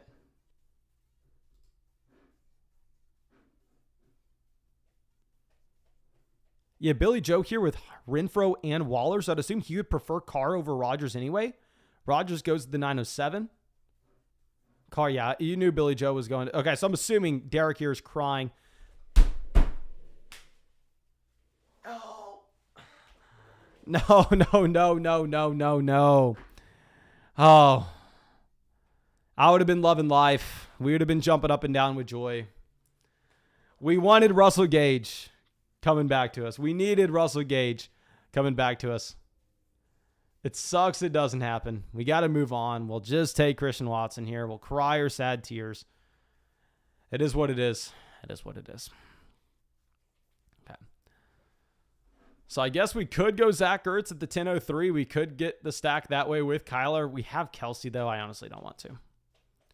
We could do it. I don't know if I want to do it. We'll see if we do it. Rondell Moore. Dakota says, couldn't ask for a better start. Now I just got to stick the landing. Rondell Moore goes to the 912. Rondell Moore has... Okay, so you go out there, reach on Rondell Moore, I guess just to try to tilt us. Jameson Williams goes to the 1001. I'm assuming Derek... I don't want to say what he goes here. If I was a betting man...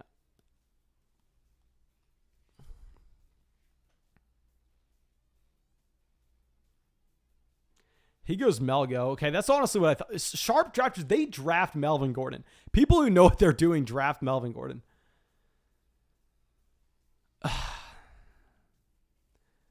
This team's going to project to score a ton of points. Actually, probably not, because we're taking rookies like James Cook. Currently project score 44 points, which is why projections on Underdog don't mean anything. But it's just tough. It is a tough scene when we don't get any of our stacks. None of them fall to us. Okay, but let me hide this. Let's go through, show off this team. We drafted at the 110. Kelsey at the 110, not regretting anything. Debo at the 203, not regretting it. Waddle at the 310. Honestly, not regretting it. I think if we go through and if we do this 100 times, I'm going to continue to take Waddle here at the 310. And just say, if I'm going to win $75,000, something has to go right for us. We have to get lucky in some way. And the way that we could get lucky is we could get lucky by Mahomes making it to us in the fourth. It doesn't happen in this draft, but Mahomes has an ADP of like 38.8. So his ADP is pretty much 39. So it will happen for us in another. So we pivot instead, go DK. Kyler in the fifth, I'm fine with, knowing the stack options we have later on. They don't fall to us, which sucks, but it is what it is. Jacobs in the sixth, Clyde-Edwards-Helaire in the seventh. I think that's correct as well. Brady in the eighth, I think that's correct. We don't get Russell Gage falling to us, which sucks, but it is what it is. We go Christian Watson over Rondale Moore. Maybe someone can make the argument we need to go with Rondale Moore over Christian Watson. I'm going to have a hard time doing that.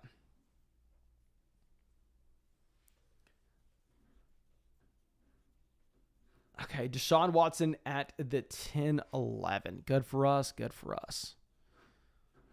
And the stack options that we have left over, AJ Green, Gronk, and Rachaad White. We would take either Rachaad White or Gronk if they make it back to us at pick 130. That's where their ADP is. Because that's where their ADP is, you know, people watching the live stream think they need to snipe us on them. But McCole Hardman goes at the 11:01, so wide receivers just get soaked up. Penny is probably going to fall into us in this range again. I don't want to have to take Penny again.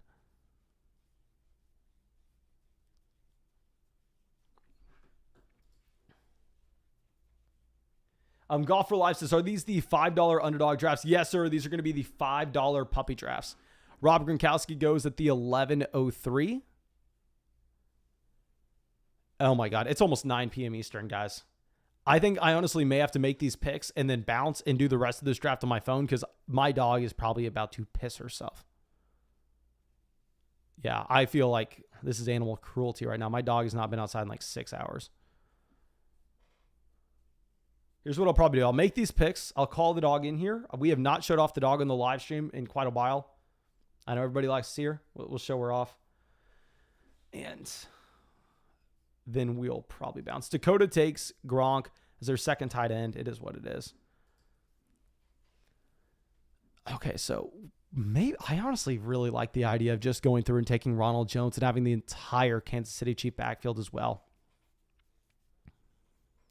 If we were to do that, I think we're done drafting at 5 RBs. And then we can draft 2, 5, 9, 2. Mark says, take the weekend off. We're not doing that. We're getting in drafts tomorrow as well. So real quick, if you want to go draft with us, if you want to be a part of the flock, go sign up for Underdog Fantasy. Use promo code FLOCK. Find the link in the description. Find it in the live chat. When you sign up, they'll match your deposit dollar for dollar up to 100. On top of that, you will get our rankings. You will get in drafts with us. You will have fun. I'm not having too much fun right now because I am heated. I do not like the way this draft went. I do not like the way the last 2 drafts went. And we're going to go through and we're going to take Rachaad White here. We'll take Rachaad White. We need to stack here with Tom Brady somehow, some way. Rachaad White was the best pass-catching running back in this year's draft class. So I think that does count as a stack. We're not going to take AJ Green. I'll tell you that much.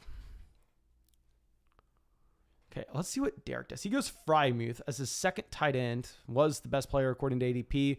Swanberg has yet to have a tight end. Has one quarterback, but that quarterback is Mahomes. So I'm sure they're fine sitting with Mahomes there.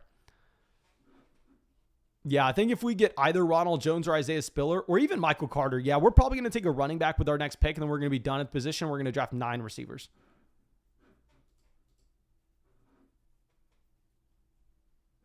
See what Swanberg does. They go Albert O. Okay, so they go out there and they get a tight end. They have one more pick. Interesting to see them take Albert O over Robert Tonyan.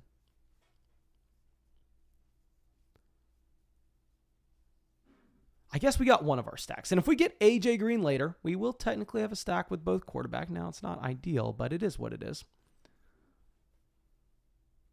Young Taffy says, damn, still streaming, bro, question mark. I really appreciate your effort. As long as you're having fun, man. Of course, I'm having fun. Usually. And this draft was not too fun. That's probably why we're cutting this short. Robert Tonyan goes at the 12:01. Ronald Jones goes right before us. F off. Why are you taking Ronald Jones from us?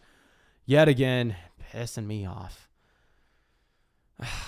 Do we just need to go? Yeah, we probably just need to go Jacoby Myers. I want to take Isaiah Spiller and be done at the running back position. But in reality, we probably need another wide receiver. We can't afford to keep passing on these guys. And we're going to cut the draft there. I'm going to finish this on my phone as I go walk the dog because she's probably very upset with me. I will go grab her real quick so everybody can see her. Hey, my girl. Come here, baby. Come on, baby.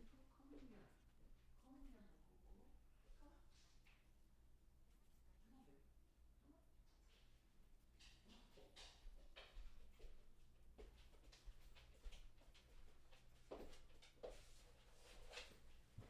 She's trying to crawl under the desk. She loves being under the desk. Hey, you want to tell them to sign up for Underdog Fantasy? You want to tell them to sign up for Underdog Fantasy? Tell them. Sign up for Underdog Fantasy. Use promo code FLOCK so Mason can feed me. Sign up for Underdog. Okay, there you go. You're a good girl. You're a good girl. We're going to walk in a second. Okay. Thank you, my dudes, of course. Finish this draft off. I will see you tomorrow night. I hope you have a great day, and I appreciate all of y'all.